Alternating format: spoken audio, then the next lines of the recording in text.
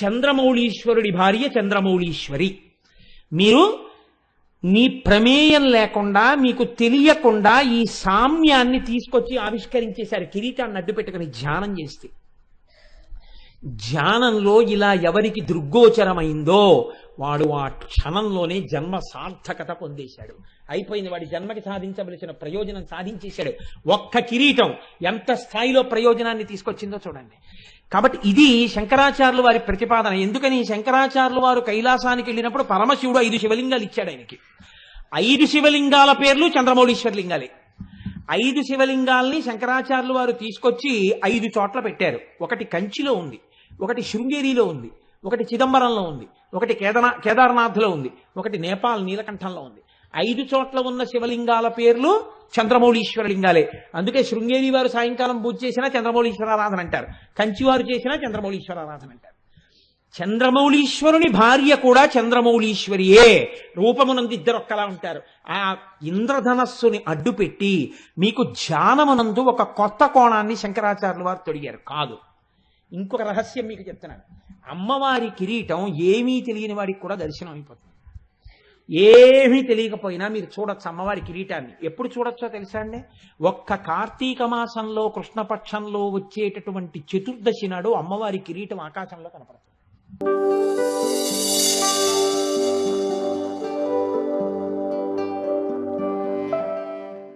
కురువిందమణి శ్రేణి కనత్కోటీరమండిత. ఇది కూడా 16 అక్షరాలతో కూడినటువంటి నామమే. దీన్ని కూడా మధ్యలో విరవడం కానీ మధ్యలో ఆపడం కానీ చేయకూడదు, పూర్తిగానే చదవవలసి ఉంటుంది.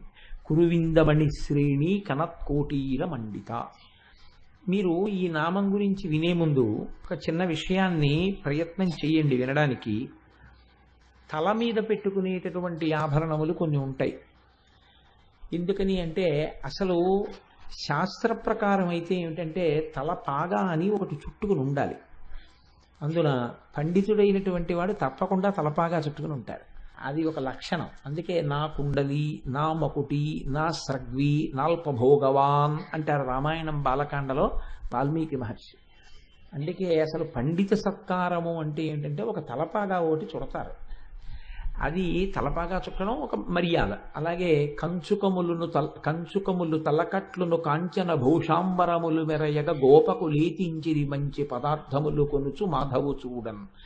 పెద్దవాళ్ళ దగ్గరికి వెళ్ళినప్పుడు తలపాగా చుట్టుకుని వెళతారు. అలాగే ఈశ్వర సన్నిధానంలోకి వెళ్ళి నమస్కారం చేసేటప్పుడు అవన్నీ తీసేసి నమస్కారం చేస్తారు. అది ఒక మర్యాద. అలాగే సర్వేంద్రియాణం నయనం ప్రధానం సర్వస్య గాత్రస్య శిర ప్రధానం. ఇంద్రియములన్నింటిలో కన్ను చాలా గొప్పది, అవయవములన్నిటిలో తల చాలా గొప్పది. కాబట్టి తలని రక్షించుకోవలసి ఉంటుంది. ఈశ్వరుడు అందుకే తలకి పెట్టినంత రక్షణ కవచాన్ని బహుశः దీనికి పెట్టలేదు. ఒక్క మెదడిస్తేనే ప్రపంచాన్ని తినేస్తున్నాడు. 2 కళ్ళు ఇద్దాం, 2 ముక్కు కన్నాలు ఇద్దాం కానీ మెదడొక్కటి ఇద్దామని ఒక మెదడే ఇచ్చాడు. కానీ ఆ ఒక్క మెదడిని ఎంత జాగ్రత్త చేశాడంటే బ్రహ్మాండమైన పింకొకటి పెట్టాడు కపాలం. దీని మీద మళ్ళీ జుత్తు పెట్టాడు. అది కూడా రక్షణ కోసమనే ఈశ్వరుడు యొక్క నిర్ణయం. ఇన్నిటిని ఏర్పాటు చేసి భగవానుడు ఈ తలలోనే జ్ఞానేంద్రియములు ఎక్కువగా ఉంటాయి. పడుకున్నటువంటి వాడు పరుపు లేకపోయినా పర్వాలేదు కానీ తలగడా ఒకటి ఇప్పించండి చాలంటాడు. అందుకని తల కింద తలగడా పెట్టుకుని పడుకుంటాం. సమానత్వం అన్నది బహుశः తల దగ్గర కుదరదనుకుంటాను నేను. అసలు సమానత్వం అంటారు కానీ అన్ని వేళలా సమానత్వాలు ఎలా కుదురుతాయండి? రైలు ఎడుతుంటే బస్సుకి సమానత్వం అండి గేట్ వేయిద్దంటే, రైలు వెళ్ళేటప్పుడు గేట్ వేసి తీరుతారు. సమానత్వం ఎలా కుదురుతుంది? ఉంటాయి, ఎప్పుడూ ఉంటుంది లోకంలో. అదొక అర్ధరహితమైన సిద్ధాంతం. ఎప్పుడూ అలా సమానత్వం అనేది అన్ని వేళలా అన్ని విషయాల యందు తీసుకురావడం కుదరని పని. కాబట్టి తల అనబడేటటువంటి దానికి ఒక ప్రత్యేకమైన గౌరవం ఉంటుంది. కాబట్టి దాని కింద ఒక తలగడా పెడుతూ ఉంటాం. సర్వస్య గాత్రస్య శిర ప్రధానం. ఈ తలని రక్షించుకోవడానికి ఒక టోపీ అనబడేటటువంటి దాన్ని ఒకటి ఈ మధ్య కాలంలో వాడడం అన్నది అలవాటు. అది వైదిక సంప్రదాయంలో, భారతీయ సంప్రదాయంలోని కాదు టోపీ పెట్టుకోవడం అన్నది. సూటు, బూటు, హ్యాట్ అనేటటువంటి 3 పాశ్చాత్యుల యొక్క సంప్రదాయం. కాబట్టి అది మన దానిలోనిది కాదు. కానీ తేలికైనవన్నీ పట్టుకోవడం మనకు అలవాటు అయిపోయి వైదిక సంస్కృతిని పక్కన పెట్టుకోవడానికి అలవాటు పడిపోయిన వాళ్ళం. కాబట్టి తలపాగా పక్కన పెట్టి టోపీలు పెట్టుకుంటున్నాం. కనుక టోపీ అనేటటువంటిది కాదు, తలపాగా పెట్టుకోవడం అనేటటువంటిది ఉంది. తలపాగా అందరూ పెట్టుకుంటారు. కానీ ఇప్పటికీ మీరు చూడండి, ఉత్తర భారతదేశం వెడితే కొన్ని రాష్ట్రాలలో ఉండేటటువంటి వాళ్ళు పంచె కట్టుకోవడం, లాల్చీ వేసుకోవడం ఎంత ప్రధానమో టోపీ పెట్టుకోవడం కూడా అంతే ప్రధానంగా ఉంటుంది. మీకు మహారాష్ట్రలో ఈ సంప్రదాయం చాలా ఎక్కువగా కనపడుతుంది. వాళ్ళు మల్లె పువ్వు లాంటి టోపీలు పెట్టుకు తిరుగుతుంటారు చక్కగా. బహుశా కొత్తల్లుడికి కూడా టోపీ పెడతారేమో అనుకుంటున్నాను నేను పండగకు వస్తే అక్కడ. అందుకని అక్కడ టైలర్ల దగ్గర బహుశా ఒంటి కొలతలతో పాటు తల కొలతలు కూడా ఉంటాయేమో టోపీ కూడా కుట్టడానికి. అందుకని టోపీ అనేది ఒక సంప్రదాయంగా అంతర్లీనంగా ఉంది. టోపీ వేరు, తలని రక్షించుకోవడానికి పెట్టుకునేవి వేరు. యుద్ధానికి వెళ్ళినటువంటి సైనికులు కూడా శిరస్సుని రక్షించుకోవడం కోసమని ఒక రకమైన పరికరాన్ని తగిలించుకుంటారు. దాన్ని హెల్మెట్ అంటే ఏమైనా పెద్ద దోషమేం లేదేమో, అటువంటి దాన్ని ఒకదాన్ని శిరస్త్రాణము అంటారు. అంటే శిరస్సుని రక్షించుట కొరకు ఉపయోగింపబడేటటువంటి సాధనం. ఇది అన్ని స్థాయిలలో ఉన్న వాళ్ళు అందరూ తల మీద పెట్టుకుంటారు. కానీ తల మీద పెట్టుకునేటటువంటిది కిరీటము అని ఒకటి ఉంటుంది. ఆ కిరీటము ఎవరు పడితే వాళ్ళు పెట్టుకోకూడదు. నేను కూడా కిరీటం పెట్టుకుంటానండి అంటే ఇప్పుడైతే ఒప్పుకుంటారేమో, కానీ పూర్వకాలంలో అలా ఒప్పుకునేవారు కాదు. కిరీటము పెట్టుకున్నాడు అంటే గుర్తేమి అంటే ఇప్పుడు పరిపాలకుడు అని. అందుకే అన్నిటికన్నా మూర్ధాభిషిక్తుణ్ణి చేసినప్పుడు, రాజ్యపాలనాధికారం ఇచ్చినప్పుడు ఆ తలలో ఉన్నటువంటి ఆలోచనలే ప్రజల యొక్క యోగక్షేమములకు కారకమవుతాయి. కనుక ఆయన యందు విష్ణువాంశని గౌరవించి పరిపాలనాధికారాన్ని తలకి కిరీటం పెట్టేవారు. కిరీటం లేకుండా ప్రభువు సభామంటపంలోకి రాడు, కిరీటం పెట్టుకునే వస్తాడు. పరమ పూజనీయమైనటువంటి వస్తువులలో రాజ్యాధికారంలో మొట్టమొదటిది ఇది అంటే కిరీటమే. ఆ కిరీటాన్ని అంత ప్రోక్షణ చేస్తారు, అంత భద్రంగా ఉంచుతారు. దాన్ని సమంత్రకంగా తీసుకొచ్చి తల మీద అమరుస్తారు. తర్వాత రాజదండాన్ని చేతికిస్తారు. కిరీటము లేనివాడు ప్రభువు కాడు. కిరీటము పెట్టుకుని పరిపాలన చేస్తారు. కాబట్టి కిరీటం అనగా ఏమి? పరిపాలనకు గుర్తు. అమ్మవారు కూడా కిరీటం పెట్టుకుంది. కాబట్టి మనం ఏమంటున్నామంటే అమ్మవారిని చూసి, అమ్మా కురువిందమణి శ్రేణీ కనత్కోటీర మండిత, నీ తల మీద పద్మరాగమణులతో తయారు చేయబడినటువంటి కిరీటము ప్రకాశించుచున్నది, లేదా పద్మరాగమణులతో ప్రకాశించుచున్నటువంటి కిరీటమును ధరించి ఉన్నదానా. మీరొక్కటి ఆలోచించండి, పద్మరాగమణులతో కూడిన కిరీటం అమ్మవారు పెట్టుకుంటే మీకు ఒరిగేది ఏమైనా ఉందా? ఆవిడ పద్మరాగమణులతో కూడిన కిరీటమును పెట్టుకున్నది అని మీరు నామం చెప్పారనుకోండి, దీనివల్ల మీకు ఏమైనా ప్రయోజనం ఉంటుందా? లేకపోతే ఆవిడ పెట్టుకుందని మీరు గుర్తించారా? ఇది ఎలా ఉంటుందంటే, ఇప్పుడు డాబ్ అని ఒకటి ఉంటుంది లోకంలో, అది నాకు ఇది ఉంది అని అవతలవాడు గమనించాలని ఒక తాపత్రయం ఉంటుంది. ఆయన ఒక కొత్త ఉంగరం చేయించుకున్నాడు అనుకోండి, మీరు గమనించకపోతే అవసరం ఉన్నా లేకపోయినా ఇలా అంటాడు. అంటే ఏంటంటే ఆఖరికి ఉంగరం చేయించుకున్నారంటే బావగారు అనాలి, అన్న తర్వాత అప్పుడు మామూలుగా ఉంటాడు, ఉంచుతాడు చెయ్యి. అలా మీరు గమనించాలి అని తన డాబు వ్యక్తం అవడానికి చేసేటటువంటి పరిశ్రమ అది. ఆవిడ కిరీటం పెట్టుకుంది అని మీరు చెప్పడం, ఆ కిరీటంలో పద్మరాగమణులు ఉన్నాయని మీరు చెప్పడం, ఆవిడ పెట్టుకున్నటువంటి కిరీటం యొక్క గొప్పతనాన్ని చెప్పడమా? అంతకన్నా అందులో మీకేదైనా ప్రయోజనం ఉందని వసిన్యాది దేవతల చేత అమ్మవారు చెప్పించిందా? ఈ కోణంలో మీరు పరిశీలనం చెయ్యనప్పుడు మీకు ఆ నామం వలన ఉత్తర క్షణంలో ఒరిగేటటువంటి ప్రయోజనం ఏమీ ఉండదు. ఏదో నామం చెప్పట్లేదా అంటే నామం చెప్తున్నారా, నామం చదువుతున్నారంతే. కానీ మీరు కొంచెం జాగ్రత్తగా ఆలోచన చేస్తే పరిపాలన అన్న మాటలో హద్దు నిర్ణయము అన్నది ఒకటి ఉంటుంది. మీరు చూడండి, అందుకే నేను చదువుకున్న చదువుతో తన సంస్థలో ఏ పని చేయించుకోవడానికి అవకాశం ఉన్నది నిర్ణయించుకుంటాడు ఒక సంస్థ యజమాని. ఈయన బీకామ్ పాస్ అయ్యారు, post graduate diploma in industrial relations personal management pass అయ్యారు, ఈయనతో మనం ఈ పని చేయించుకోవచ్చు. ఆయన నాకు ఒక అధికార పత్రం ఇస్తాడు, నువ్వు నా సంస్థలో ఈ హోదాతో ఉద్యోగం చేయవచ్చు, నీకు నెలకింత ఇస్తాను అని చెప్తూ ఆఖరణ ఒక పారాగ్రాఫ్ రాస్తారు. Your services are liable to be dismissed at any moment without assigning any reason whatsoever. నీ సేవలను మేము ఏ జీతం ఇచ్చి ఉపయోగించుకుంటున్నామో ఆ సేవలను ఏ కారణం చేత ఎప్పుడైనా నీకు కారణం చెప్పకుండా తొలగించగలిగిన అధికారం మేము ఉంచుకుంటున్నాం. ఇప్పుడు మీరు ఒక్క విషయం ఆలోచించండి. పరిపాలనమునందు ఆయన ఎక్కడో కూర్చుని ఉండొచ్చు, మీకు ఇచ్చిన పని ఏం చేస్తున్నారన్నది ఆయన రెండు రకాలుగా గమనిస్తాడు. ఒకటి, మీరు చేస్తున్న పని సంస్థ యొక్క ప్రయోజనానికే పనికొస్తోందా, మీ వ్యక్తిగతమైన పనికి పనికొస్తోందా? వ్యక్తిగత ప్రయోజనం కాదు, సంస్థకి వెళ్ళిన తర్వాత సంస్థ ప్రయోజనానికి మీరు పాటుపడడం ముఖ్యం. ఇది ప్రధాన లక్ష్యం. అందుకే ఎడ్విన్ బి ఫిలిపో అని ఆయన పర్సనల్ మేనేజ్మెంట్ రాస్తూ అమెరికన్ రైటర్ అంటాడు, an able personnel manager is a manager who can synchronize the individual objectives with that of the organizational objectives, simultaneously taking care of the individual needs of an employee అంటాడు. అంటే వ్యక్తిగతమైనటువంటి అభిరుచులను అవసరములను దృష్టిలో పెట్టుకుంటూ వ్యక్తిగతమైనటువంటి లక్ష్యములను సంస్థకు సంబంధించిన లక్ష్యములతో సమ్మిళితము చేసి సంస్థ ప్రయోజనములను సాధించి పెట్టుట యందు తన సిబ్బందిని నడిపించగలిగిన సమర్థత కలిగిన వాడు ఆయన నిజమైనటువంటి సమర్థవంతమైన పరిపాలకుడు అంటాడు ఎడ్విన్ బి ఫిలిపో. ఆయన ఎప్పుడో అన్నాడు, కానీ మన వాళ్ళు వసిన్యాది దేవతలు అమ్మవారిని స్తోత్రం చేస్తూనే కిరీటంలో అన్నారు. పరిపాలన అన్న మాటకు అర్థమేమి అంటే మీకు తెలియకుండానే మీ హద్దులను చూచుట. మీకు ఒక ఉద్యోగం ఇచ్చారనుకోండి, ఉద్యోగంతో పాటు అధికారం ఉంటుంది. ఇప్పుడు ఈ అధికారమును మీరు సద్వినియోగం చేస్తున్నారా దుర్వినియోగం చేస్తున్నారా, రెండిటినీ యజమాని చూస్తాడు. ఏమంటే మన పని మనకి చేసేస్తున్నాడు కదా, వాడో 1000 రూపాయలు పుచ్చుకుంటే మనకెందుకు అని ఊరుకోడు. 5 పైసలు పుచ్చుకున్నా మిమ్మల్ని ఉద్యోగం నుంచి తీసేస్తారు. వాళ్ళు ఇచ్చిన జీతం తప్ప మీరు 1 కోటి రూపాయలు అవతల వాడికి సంస్థ చెల్లించవలసిన చెక్ మీరు ఇచ్చినా 5 పైసలు పుచ్చుకోవడానికి మీకు అర్హత లేదు.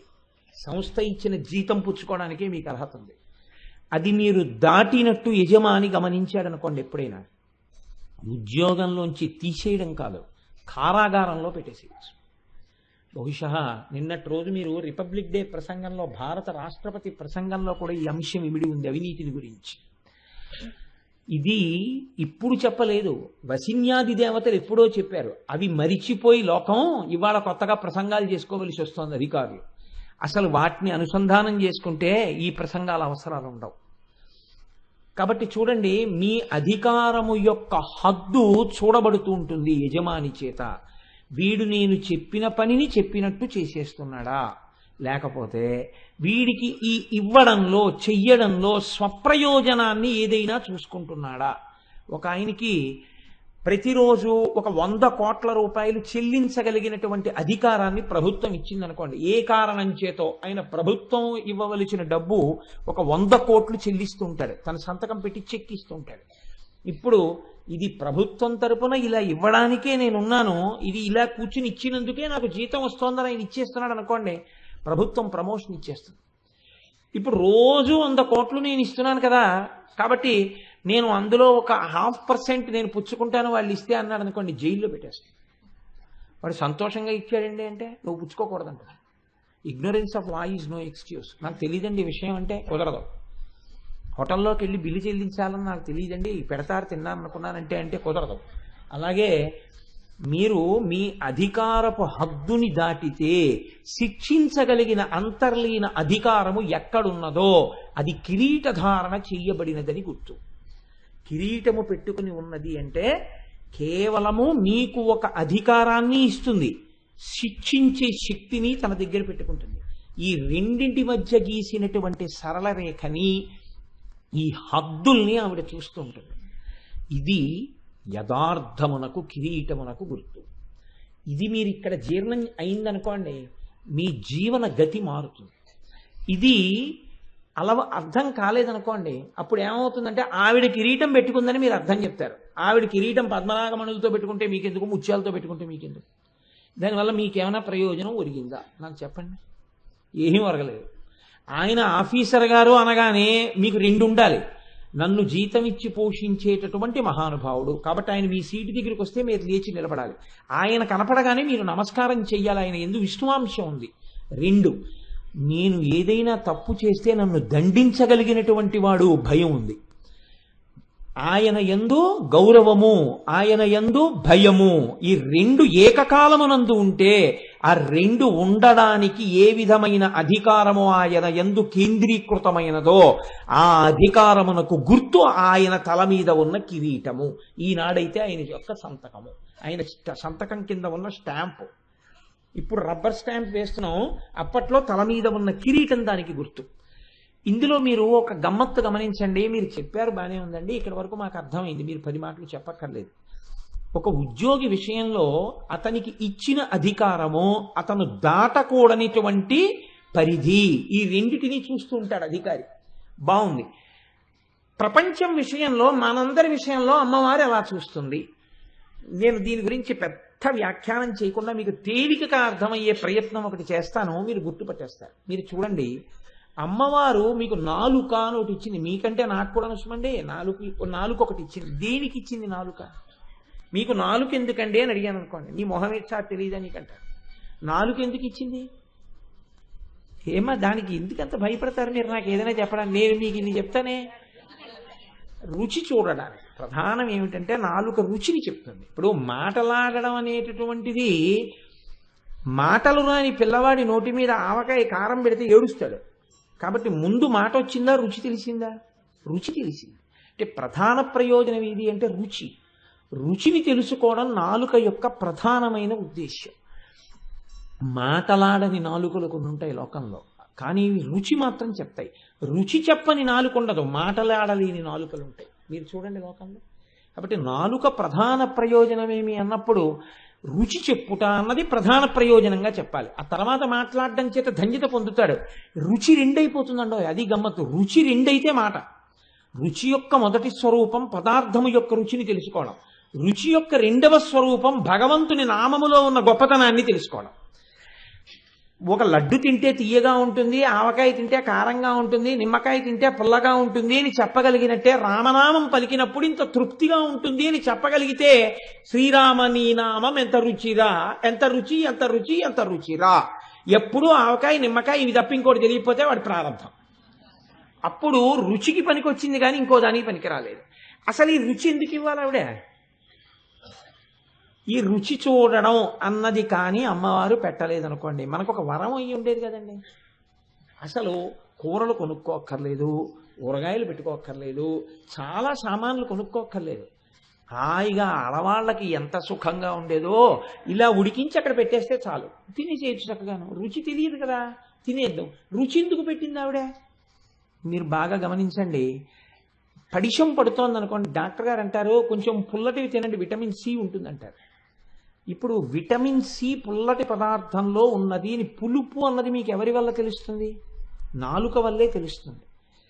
ఏ పదార్థమునందు ఏ పోషక శక్తి ఉన్నది అన్నదాన్ని, పోషక శక్తిని రుచి ద్వారా చెప్తారు. ఏమంటే మీకు జీర్ణశక్తి కొంచెం తగ్గింది, పాలు తాగండి, కమ్మటివి తినండి అంటారు. మీకు రక్తపోటు ఎక్కువగా ఉంది, మీరు కమ్మటి పదార్థాలే తీసుకోండి తప్ప కారంతో ఉన్నవి పులుపుతో ఉన్నవి తినకండి అంటారు. రుచితో చెప్తారు. ఇప్పుడు మీరు ఇది తినవచ్చు ఇది తినకూడదు అని దేని చేత నియంత్రించుకుంటారు? నాలుక చేత నియంత్రించుకుంటారు. ఇప్పుడు అమ్మవారు నాలుక ఎందుకు ఇచ్చినట్టు? మీరు జాగ్రత్తగా ఆలోచిస్తే మీ ఆరోగ్యమును జాగ్రత్తగా ఉంచుకోవడానికి ఇచ్చినట్టు కదండి. మీరు చాలా జాగ్రత్తగా మీరు గమనిస్తే నాలుక దేని కొరకు ఇచ్చినది? అందుకే ఈశ్వరుడే వైద్యుడిగా ఉంటాడు లోకంలో. ప్రథమో దైవ్యోభిషక్.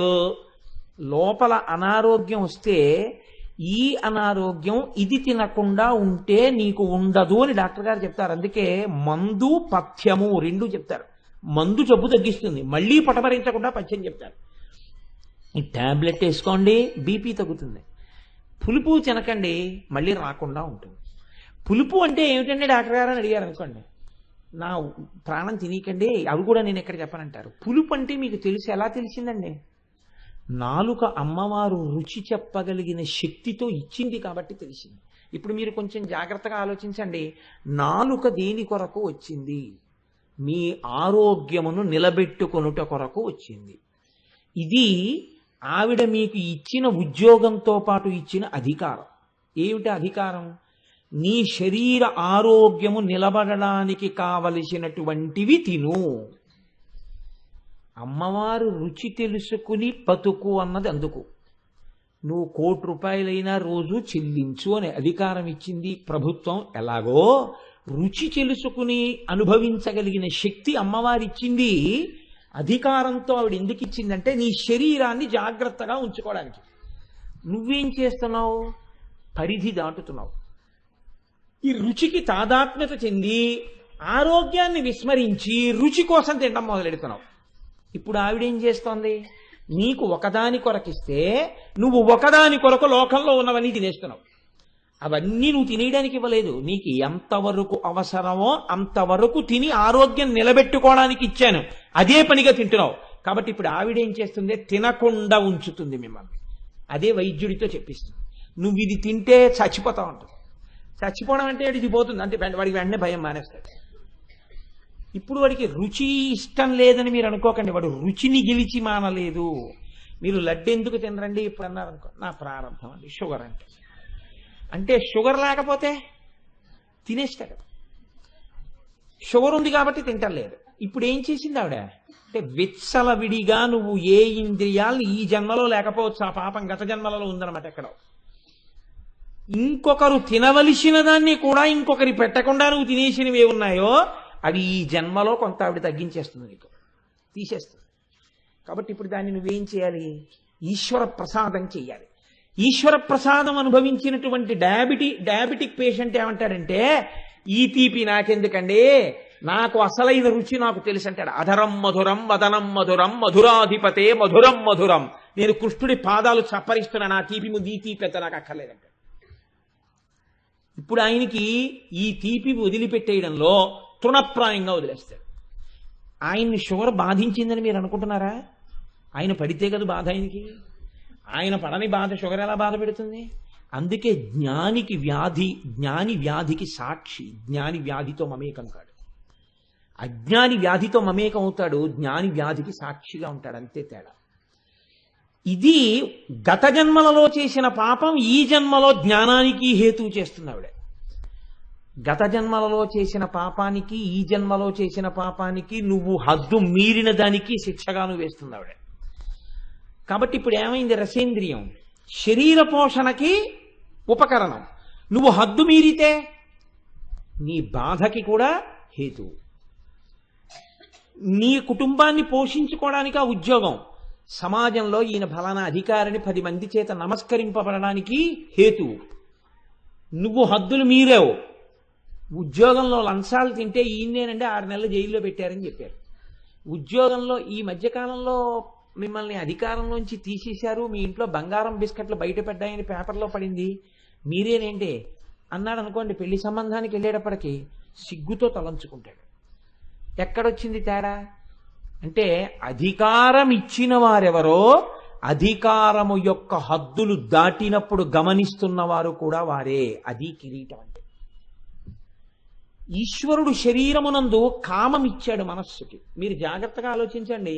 ఒక ఆయన అడిగాడు, అసలు మనస్సుకి కామం అన్నది ఉండి ఉండకపోతే అసలు ఇన్ని అల్లర్లు ఎందుకు జరుగుతాయండి లోకంలో? ఇన్ని మానభంగాలు, ఇంత వెర్రి చూపులు, ఈవి టీజింగులు ఇవన్నీ ఎందుకుంటాయి?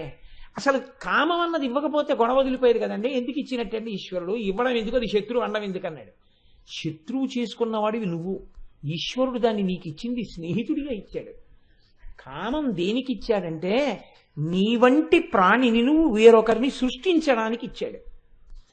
ఆ కామం ఉంది కాబట్టే నువ్వు పితృరుణం తీర్చుకుంటున్నావు, నీ వంటి ఇంకొక ప్రాణిని సృష్టిస్తున్నావు. రఘుమహారాజు గారి గురించి కాళిదాసు గారు రఘువంశ కావ్యం రాస్తూ శ్లోకం చెప్పారు.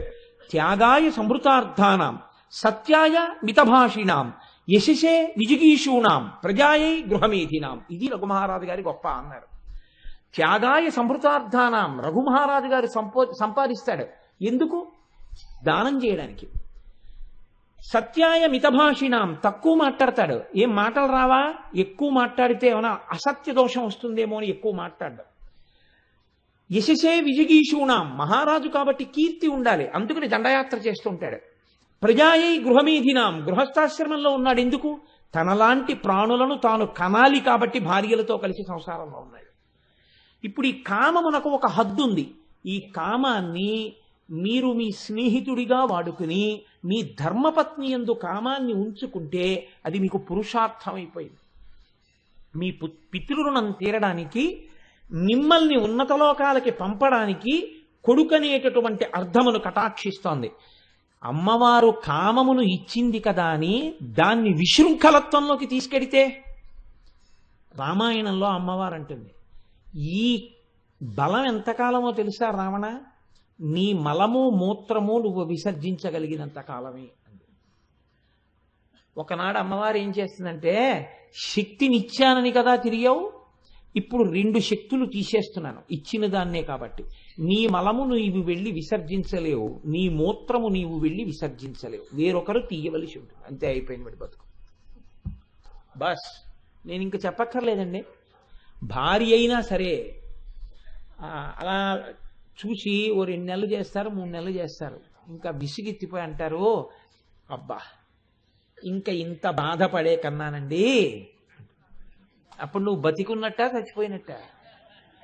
ఇచ్చిన శక్తిని సద్వినియోగం చేసుకుని ఉంటే పువ్వు వెళ్ళిపోయినట్టు ఈ లోకంలోంచి వెళ్ళిపోయి ఉండుండేవాడి. వెళ్ళిపోవడం ఎలాగో తథ్యం కాబట్టి. అందుకే అన్నీ తెలుసున్న వాడికి అమావాస్య మరణం, ఏమీ తెలియని వాడికి ఏకాదశి మరణం అని ఎందుకు వచ్చిందో తెలుసా అండి?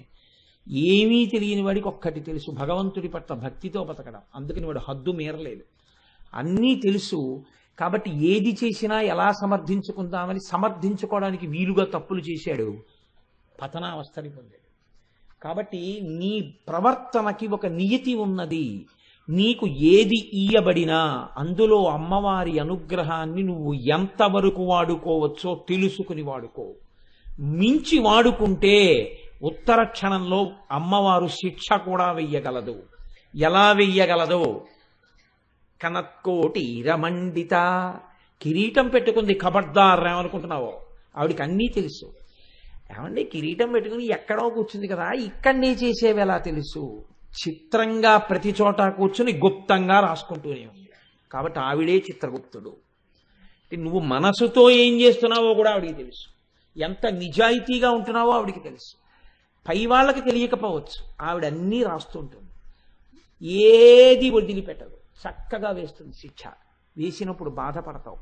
కాబట్టి ఇచ్చినది నువ్వు సంతోషించడానికే ఇచ్చింది, నువ్వు సుఖపడడానికే ఇచ్చింది. ఆవిడ ఉద్దేశ్యం నువ్వు సుఖపడాలని, అమ్మ వండింది నువ్వు తినాలని, నీకు ఇచ్చింది నువ్వు అనుభవించాలని. కానీ ఒక నియమంలో అనుభవించమని ఇచ్చింది. దేనికైనా ఒక నియతి ఉంది.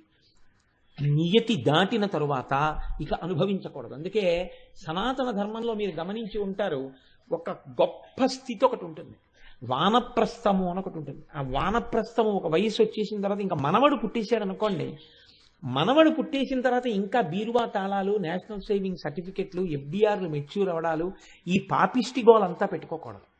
అన్నీ ఇచ్చేసి వానప్రస్థమని నువ్వు ఎక్కడికో వెళ్ళిపోలేకపోతే కొడుకున్న చోట హాయిగా నువ్వు ఒక్క గది కట్టుకొని, కొడుకున్న చోటుకి కూడా వెళ్ళలేరు కొంతమంది. ఎందుకు వెళ్ళలేరు? ఖచ్చితంగా అభిజాత్యం.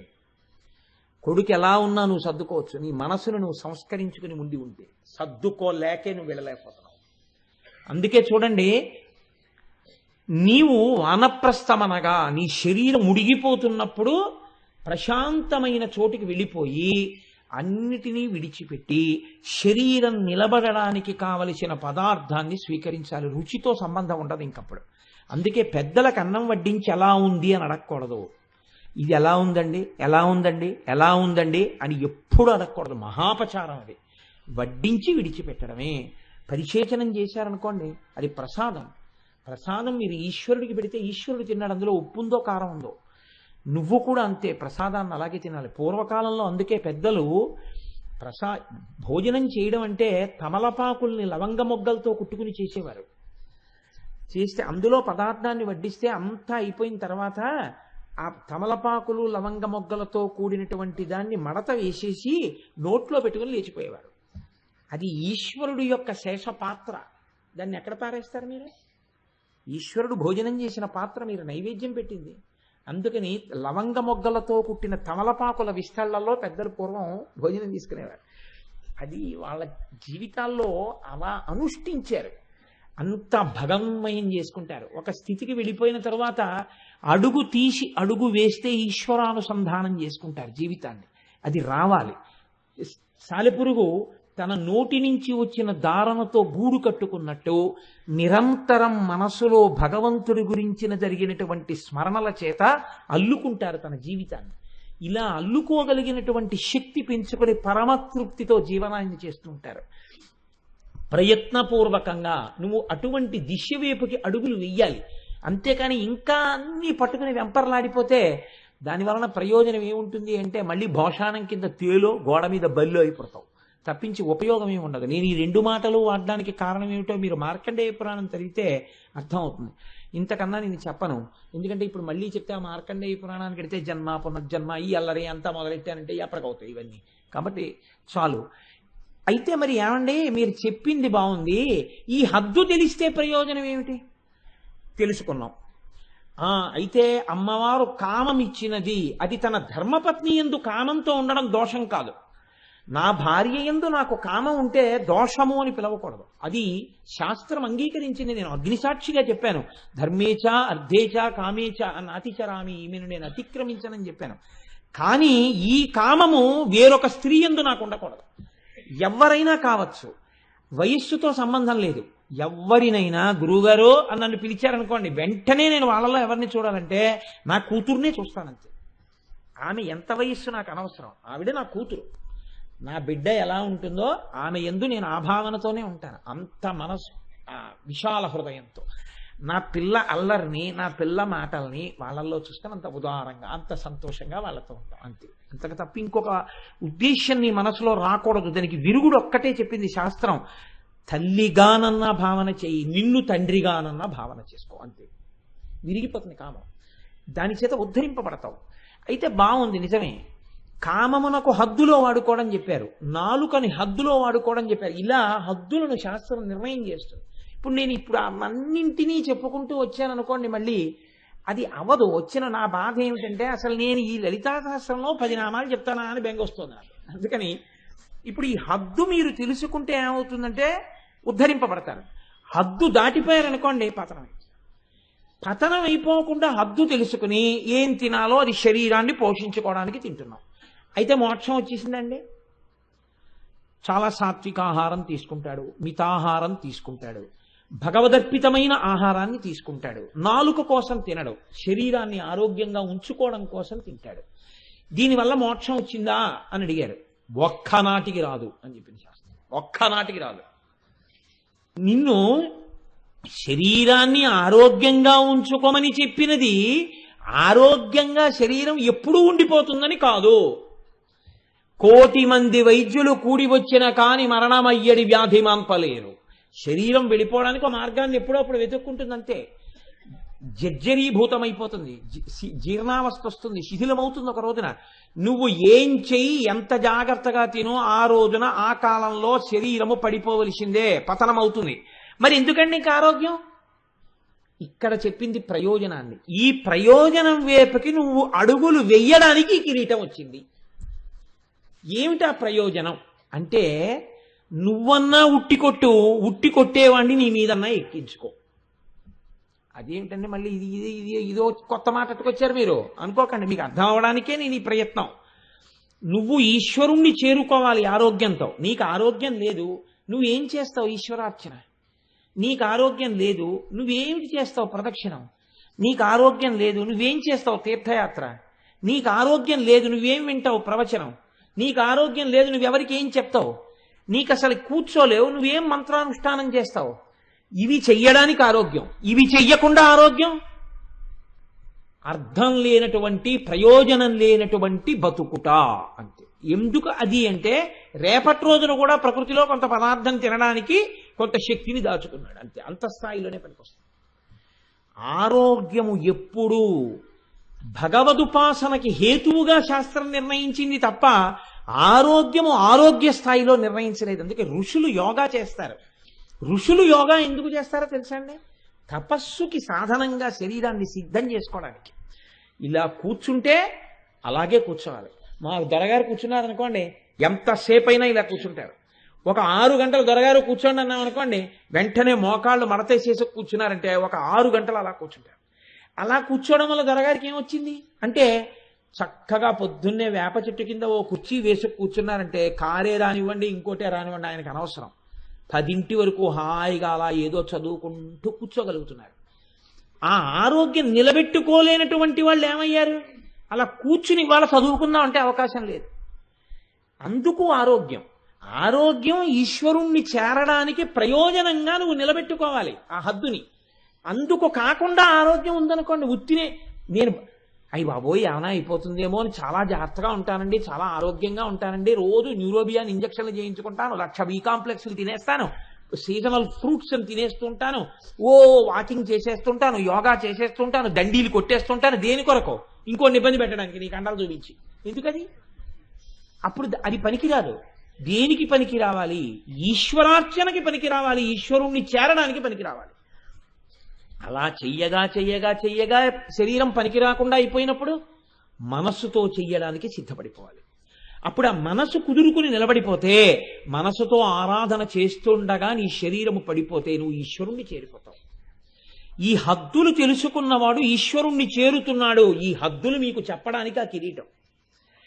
ఇప్పుడు ఇది తెలిసిందనుకోండి, ఆరోగ్యం ఉన్నవాడు, డబ్బున్నవాడు, అందమున్నవాడు, కూర్చోగలిగినవాడు, 4 మాటలు చెప్పగలిగినవాడు, 4 శ్లోకాలు రాయగలిగినవాడు, 4 మంత్రములు వల్లివేయగలిగినవాడు, 4 పూజలు చెయ్యగలిగినవాడు, ఇలా ఈశ్వరుడు ఒక్కొక్కరి యందు ఒక్కొక్క విభూతినిస్తాడు.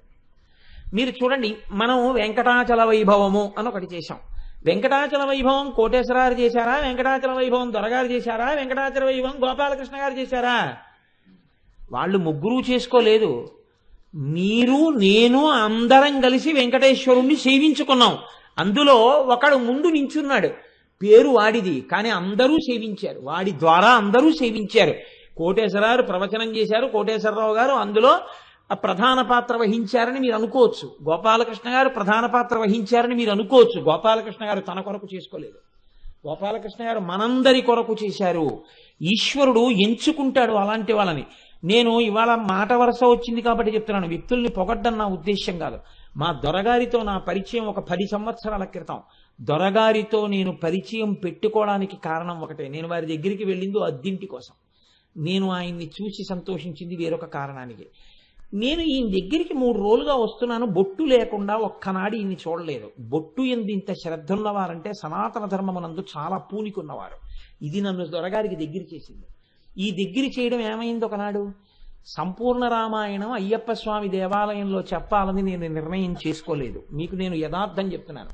నేను ఇంకొక చోట చెప్పడానికి నిర్ణయం చేసుకుని, నాకు దొరగారి యందున్న గౌరవంతో దొరగారి దగ్గరికి వెళ్ళి, దొరగారు సంపూర్ణ రామాయణం ఫలానా చోట చెప్పాలని నిర్ణయం తీసుకున్నారని చెప్పాను. దొరగారు అన్నారు, వీల్లేదు, మీరు అయ్యప్ప గుళ్ళో చెప్పాలన్నారు. నేను చెప్పనన్నాను. ఎందుకు చెప్పరన్నారు? నాకు అసలు ఆ గుడి తెలియదు, నా గుళ్ళో వాళ్ళు ఎవరూ తెలియదు, నేను రానక్కడికన్నారు. అంటే దొరగారు అన్నారు, అక్కడ గోపాలకృష్ణ గారు ఉన్నారు, మీరు చెప్పాలన్నారు. గోపాలకృష్ణ గారు ఎవరన్నారు? నాకు తెలియదు, నాకు పెద్ద పరిచయం లేదు, కానీ నేను ఆయన్ని 1-2 సందర్భాల్లో చూశాను. మహానుభావుడు, నిష్కళంకుడు, తన కోసమన్న కోరిక లేనివాడు, 10 మందిని తరింప చెయ్యాలన్న తాపత్రయం ఉన్నవారు, 5 పైసలు తన కొరకు వాడుకోరు. ఎంతమంది పూజ చేసుకున్నా తన భార్యని కూడా కూర్చోపెట్టి కనీసం గోత్రనామాలు చెప్పించి చేయించారు. ఆ టిక్కెట్ మీద ఇంకోళ్ళు కూర్చుంటారని అవకాశం ఇస్తారు. అటువంటి వ్యక్తి అక్కడ ఉన్నారు కాబట్టి చక్కగా జరుగుతుంది. ఆయన్ని నమ్మి మీరు అక్కడ చెప్పండి అన్నారు. గోపాలకృష్ణ గారు ఎవరో నాకు తెలియదు. ఇక్కడ రామాయణం మొదలెట్టాను, తర్వాత గోపాలకృష్ణ గారు అనబడేటటువంటి ఇంకొక వజ్రం నాకు దొరికింది. చూడండి, ఇది ఉట్టి కొట్టడం అంటారు. ఉట్టి కొట్టడం అంటే ఏమిటో తెలుసా అండి? మనకి ఉట్టి కొట్టడం అనే సంబరం ఉంటుంది. ఈ సంబరంలో ఏం చేస్తారంటే ఉట్టిని కిందకి పైకి లాగుతూ ఉంటారు కావాలని. కొంతమంది ఏం చేస్తారంటే కర్ర పట్టుకుని పరిగెడతారు ఆ ఉట్టిని కొట్టడానికి. దగ్గరకు వెళ్ళేంత వరకు ఉట్టిని కింద కూర్చుతారు. వీడు వెళ్ళి ఉట్టి దొరికేసింది కదా అని ఎగిరి కర్ర పెట్టి కొట్టబోతాడు. వాళ్ళు ఏం చేస్తారంటే ఉట్టి లాగేస్తారు, ఆ ఉట్టి పైకి వెళ్ళిపోతుంది. వీడేం చేస్తాడంటే ప్రయత్నం అంతా వృధా అయిపోయి ముందుకు పడిపోయి అందరూ గేలి చేస్తారు, ఒరే కొట్టలేకపోయామంట అన్న తర్వాత వీడు మళ్ళీ వెనక్కి వెళ్ళిపోతాడు. ఇంకోటి బయలుదేరుతాడు, వాడు అంతే, ఎవరు కొట్టలేరు ఆ ఉట్టి. ఎందుకంటే లాగేసే వాళ్ళే ఉంటుంది ఆ శక్తి, లేకపోతే మొదటి వాడికే దొరికిపోతుంది ఆ ఉట్టి. లాగేవాడు తెలివైన వాడు, ఆడేవాళ్ళు ఎటువంటి వాళ్ళైనా గోల్ కీపర్ ముఖ్యమైన వాడు. ఉట్టి కొట్టడంలో లాగేవాడిది ప్రధాన పాత్ర. అప్పుడు ఏం చేస్తారంటే, ఉట్టి కొట్టడం అంటే ఒక్కడు కొట్టకూడదు ఎప్పుడు. అప్పుడు ఏం చేస్తారంటే ఒక 11 మంది బయలుదేరతారు. బయలుదేరి గబ వెళ్ళి ఒక 5గురు నిలబడతారు. నిలబడి ఎడమ చేతులు కలుపుకుంటారు. కలుపుకుని ఉట్టి పైన ఉందనుకోండి, వాడు ఎక్కడికి లాగలడు? ఇక్కడే పైకి లాగలడు. అంతేగాని ఉట్టిని ఇక్కడ ఉన్నదాన్ని అక్కడికి మాత్రం వాడు తీసుకెళ్ళలేడు. ఇక్కడే మీకు అందకుండా లాగుతున్నాడు. 5గురు వెళ్ళి ఉట్టి కింద నించుని ఎడం చేతులు పట్టుకుంటారు. కుడి చేయి ఖాళీగా ఉంచుతాడు ఈ చివర ఆయన. ఇప్పుడు ఈ 5గురు పట్టుకున్న తర్వాత ఇంకో 4 పరిగెత్తుకుంటూ వచ్చి పట్టుకున్న ఎడం చేతుల్లో కాళ్ళేసి వీళ్ళ భుజాలు ఎక్కుతారు. ఎక్కి 5గురి మీద 3 నించుంటారు. ఈ భుజం మీద ఈ భుజం మీద అలా కాళ్ళేసి నించుని వాళ్ళు ఏం చేస్తారంటే వాళ్ళు కూడా చేతులు ఇలా పట్టుకుంటారు. ఇంకో 2 పరిగెత్తుకొచ్చి వీళ్ళ చేతిలో కాలేసి వాళ్ళ చేతిలో కాలేసి పైకెక్కి ఆ 3 మీద 2 నించుంటారు. ఇప్పుడు ఆ 2 మీద ఒకడు నించోవాలి. వాడి ఈ చేతుల్లోంచి ఎక్కడం. ఈ కుడి చేతులు ఇలా పెడతారు. పెడితే మెట్లు ఎక్కినట్టు వాడు వాళ్ళ భుజాలు పట్టుకుని వాళ్ళు కదలకుండా స్తంభాల నిలబడిపోతారు. వీడు ఏం చేస్తాడంటే ఈ కుడి చేతి మించి మెట్లు ఎక్కినట్టు ఎక్కేసి ఆ పైన 2 మీద 2 భుజాల మీద నిలబడతారు. ఇప్పుడు వాడికన్నా ఉట్టి కిందకుంటుంది. ఇప్పుడు వీడు ఎక్కగానే ఉట్టిని లాగిన వాడిని చూసి నవ్వుతారు అందరూ. ఇప్పుడు లాగే ఎక్కడికి లాగుతావా? అప్పుడు వాడు ఏం చేస్తాడంటే అలాగే నిలబడతాడు. ఈయన ఏం చేస్తాడంటే ఉట్టి కొట్టేస్తాడు. పెరుగు పాలు అందరి మీద పడతాయి అందులో ఉన్నవి. అప్పుడు అందరూ జేజేలు కొడతారు. వీళ్ళు జాగ్రత్తగా ముందు పైవాడు దిగే లోపల ఉట్టి కొట్టేశామని కింద 5గురు కదలరు. మీరు గమనించాలి. పైవాడు మళ్ళీ కిందకు వచ్చేస్తాడు. తర్వాత 2 వచ్చేస్తారు. తర్వాత 3 వచ్చేస్తారు. తర్వాత 5గురు కదులుతారు. సనాతన ధర్మం యొక్క గొప్పతనం ఏంటంటే మనం ఇంద్రియాలని ఎలా వాడుకోవాలో తెలుసుకుని చెయ్యి కలుపుకోవాలి. అందుకు భజన వచ్చింది, అందుకు కీర్తన వచ్చింది, అందుకు ప్రవచనం వచ్చింది, అందుకు సామూహిక కార్యక్రమాలు వచ్చాయి. అందరం కలిసి ప్రయాణించాలి. అందరం చెయ్యి పట్టుకుంటే ఉట్టి కొట్టిన వాడు ఎవడో ఒకడే కొడతాడు. కానీ వీళ్ళు లేకపోతే వాడు ఉట్టి కొట్టలేడు. కాబట్టి వాడంటాడు వీళ్ళందరి వల్లే నేను ఉట్టి కొట్టానంటాడు. వాడు ఉట్టి కొట్టగానే వీళ్ళందరూ సంతోషిస్తారు, చూసేవాళ్ళు సంతోషిస్తారు. ఒరే ఈ 11 మంది భలే కొట్టారా కలిసి అంటారు. కదలకుండా వీళ్ళు నిలబడ్డారు కాబట్టి పైవాడు కొట్టాడు. వీళ్ళు కదిలిపోతే వాడు కొట్టలేడు. అలా ఒక్కొక్క ఉత్సవంలో ఒక్కొక్కడికి పేరు ప్రఖ్యాతులు వస్తాయి. వాడిది కాదు గొప్ప. కింద కదలకుండా నిలబడినటువంటి వాళ్ళు 10 మంది ఉన్నారే వాళ్ళది గొప్ప. వాళ్ళు లేకపోతే వాడు కొట్టలేడు. సనాతన ధర్మంలో ఒకడు ఉంటాడు, చెయ్యి కలుపుతాడు. ఎవరితో?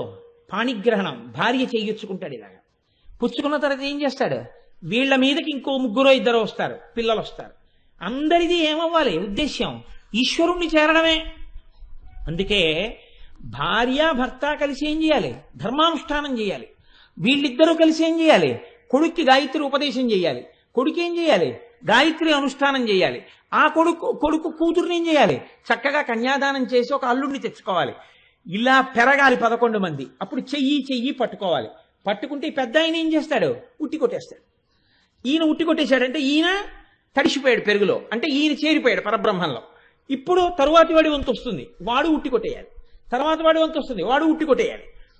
అందరూ ఏం చేయాలి? అందరూ ఉట్టి కొట్టాలి. అందరూ ఉట్టి కొట్టడానికి మిగిలిన వాళ్ళందరూ ఏం చేయాలి? చెయ్యి పట్టుకుంటూ ఉండాలి. ఇది పరంపర.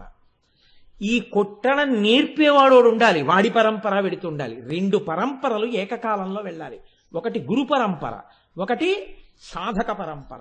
అందుకే మనం గురు నమస్కారం చేశామనుకోండి, సదాశివ సమారంభాం శంకరాచార్య మధ్యమాం అస్మదాచార్య పర్యంతాం వందే గురు పరంపరాం. మామూలుగా సంసార పరంపర చెప్పామనుకోండి, ఏదో మా తాతగారు, మా నాన్నగారు, నేను కనీసం 3 తెలిసి ఉండాలి. తాతగారి పేరు కూడా నాకు తెలియదండి అన్నాడు అనుకోండి, పరమదోషం అన్నమాట లోకంలో. అందుకని ఇది తెలిసి ఉండాలి. అలాగే ఒక శిష్యుడికి తన గురువు, ఆ గురువుకి ముందు గురువు, ఇవి తెలిసి ఉండాలి. కాబట్టి ఇది సనాతన ధర్మమునందు ప్రధాన ప్రయోజనము. ఏది ప్రధాన ప్రయోజనమో ఉట్టి కొట్టుట అంటే మీకు తేలికగా అర్థం అవడం కోసమని మనకి ఏవి ఉట్టినే పెట్టలేదండి. ఉట్టి కొట్టే ప్రక్రియ దీనికి వచ్చింది. ఉట్టి కొట్టే ప్రక్రియలో మీరు చెయ్యి కలపడం ప్రధానం. అంతేకాని ఈ 5గురిలో ఉన్నవాడు ఒరే నువ్వెందుకు కొట్టాలి నేను కొడతానని చెప్పి దెబ్బలాడుకున్నారు అనుకోండి, ఎవరు కొట్టలేరు. ఎవరి హద్దుల్లో వాళ్ళు నిలబడతారు, ఎవరు కొట్టాలో వాడు పైకెక్కి కొట్టేస్తాడు.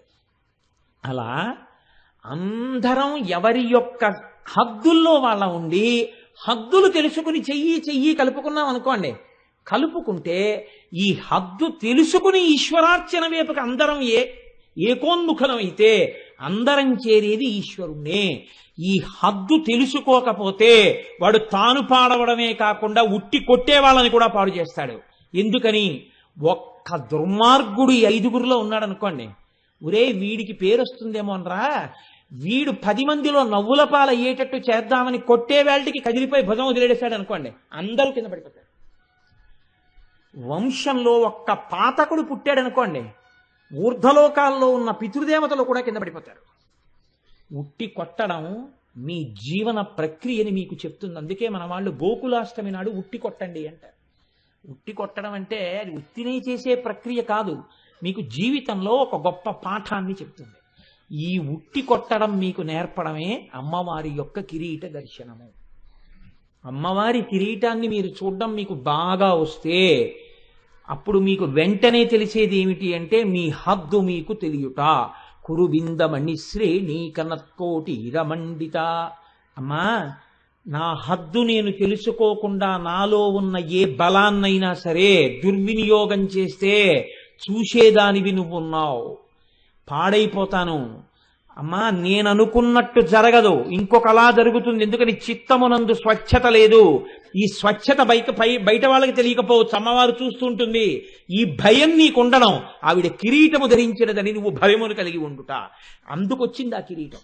కాబట్టి ఇప్పుడు మీరు ఇదంతా ఏమిటి ఉపన్యాసం అంటే, కురువిందమణి శ్రేణి కనత్కోటీర మండిత అనబడేటటువంటి కిరీట దర్శనము ఏ కోణంలో చెయ్యాలన్న విషయం మాత్రమే నేను మీకు చెప్పాను. నేను కిరీటం గురించి మీకు ఇంకా ఏం చెప్పలేదు. కాబట్టి ఇప్పుడు ఆ కిరీటం గురించి చెప్తూ వసిన్యాది దేవతలు ఒక మాట అంటున్నారు.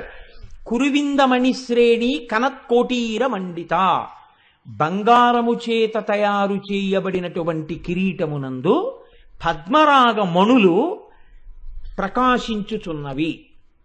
ఇది ఆ నామము యొక్క అర్థం. పద్మరాగమణులతో ప్రకాశించుచున్న కిరీటం అంటే ఉత్తి మణులతో చేసిన కిరీటం కాదు, బంగారముతో కూడిన కిరీటంలో పద్మరాగమణులు పెట్టబడ్డాయి. రావణగంగా అని ఒక నది ఉంటుంది. ఆ రావణగంగా అనబడేటటువంటి నదిలో సౌగంధికములు, కురువిందములు, స్ఫటికములు అని 3 దొరుకుతాయి.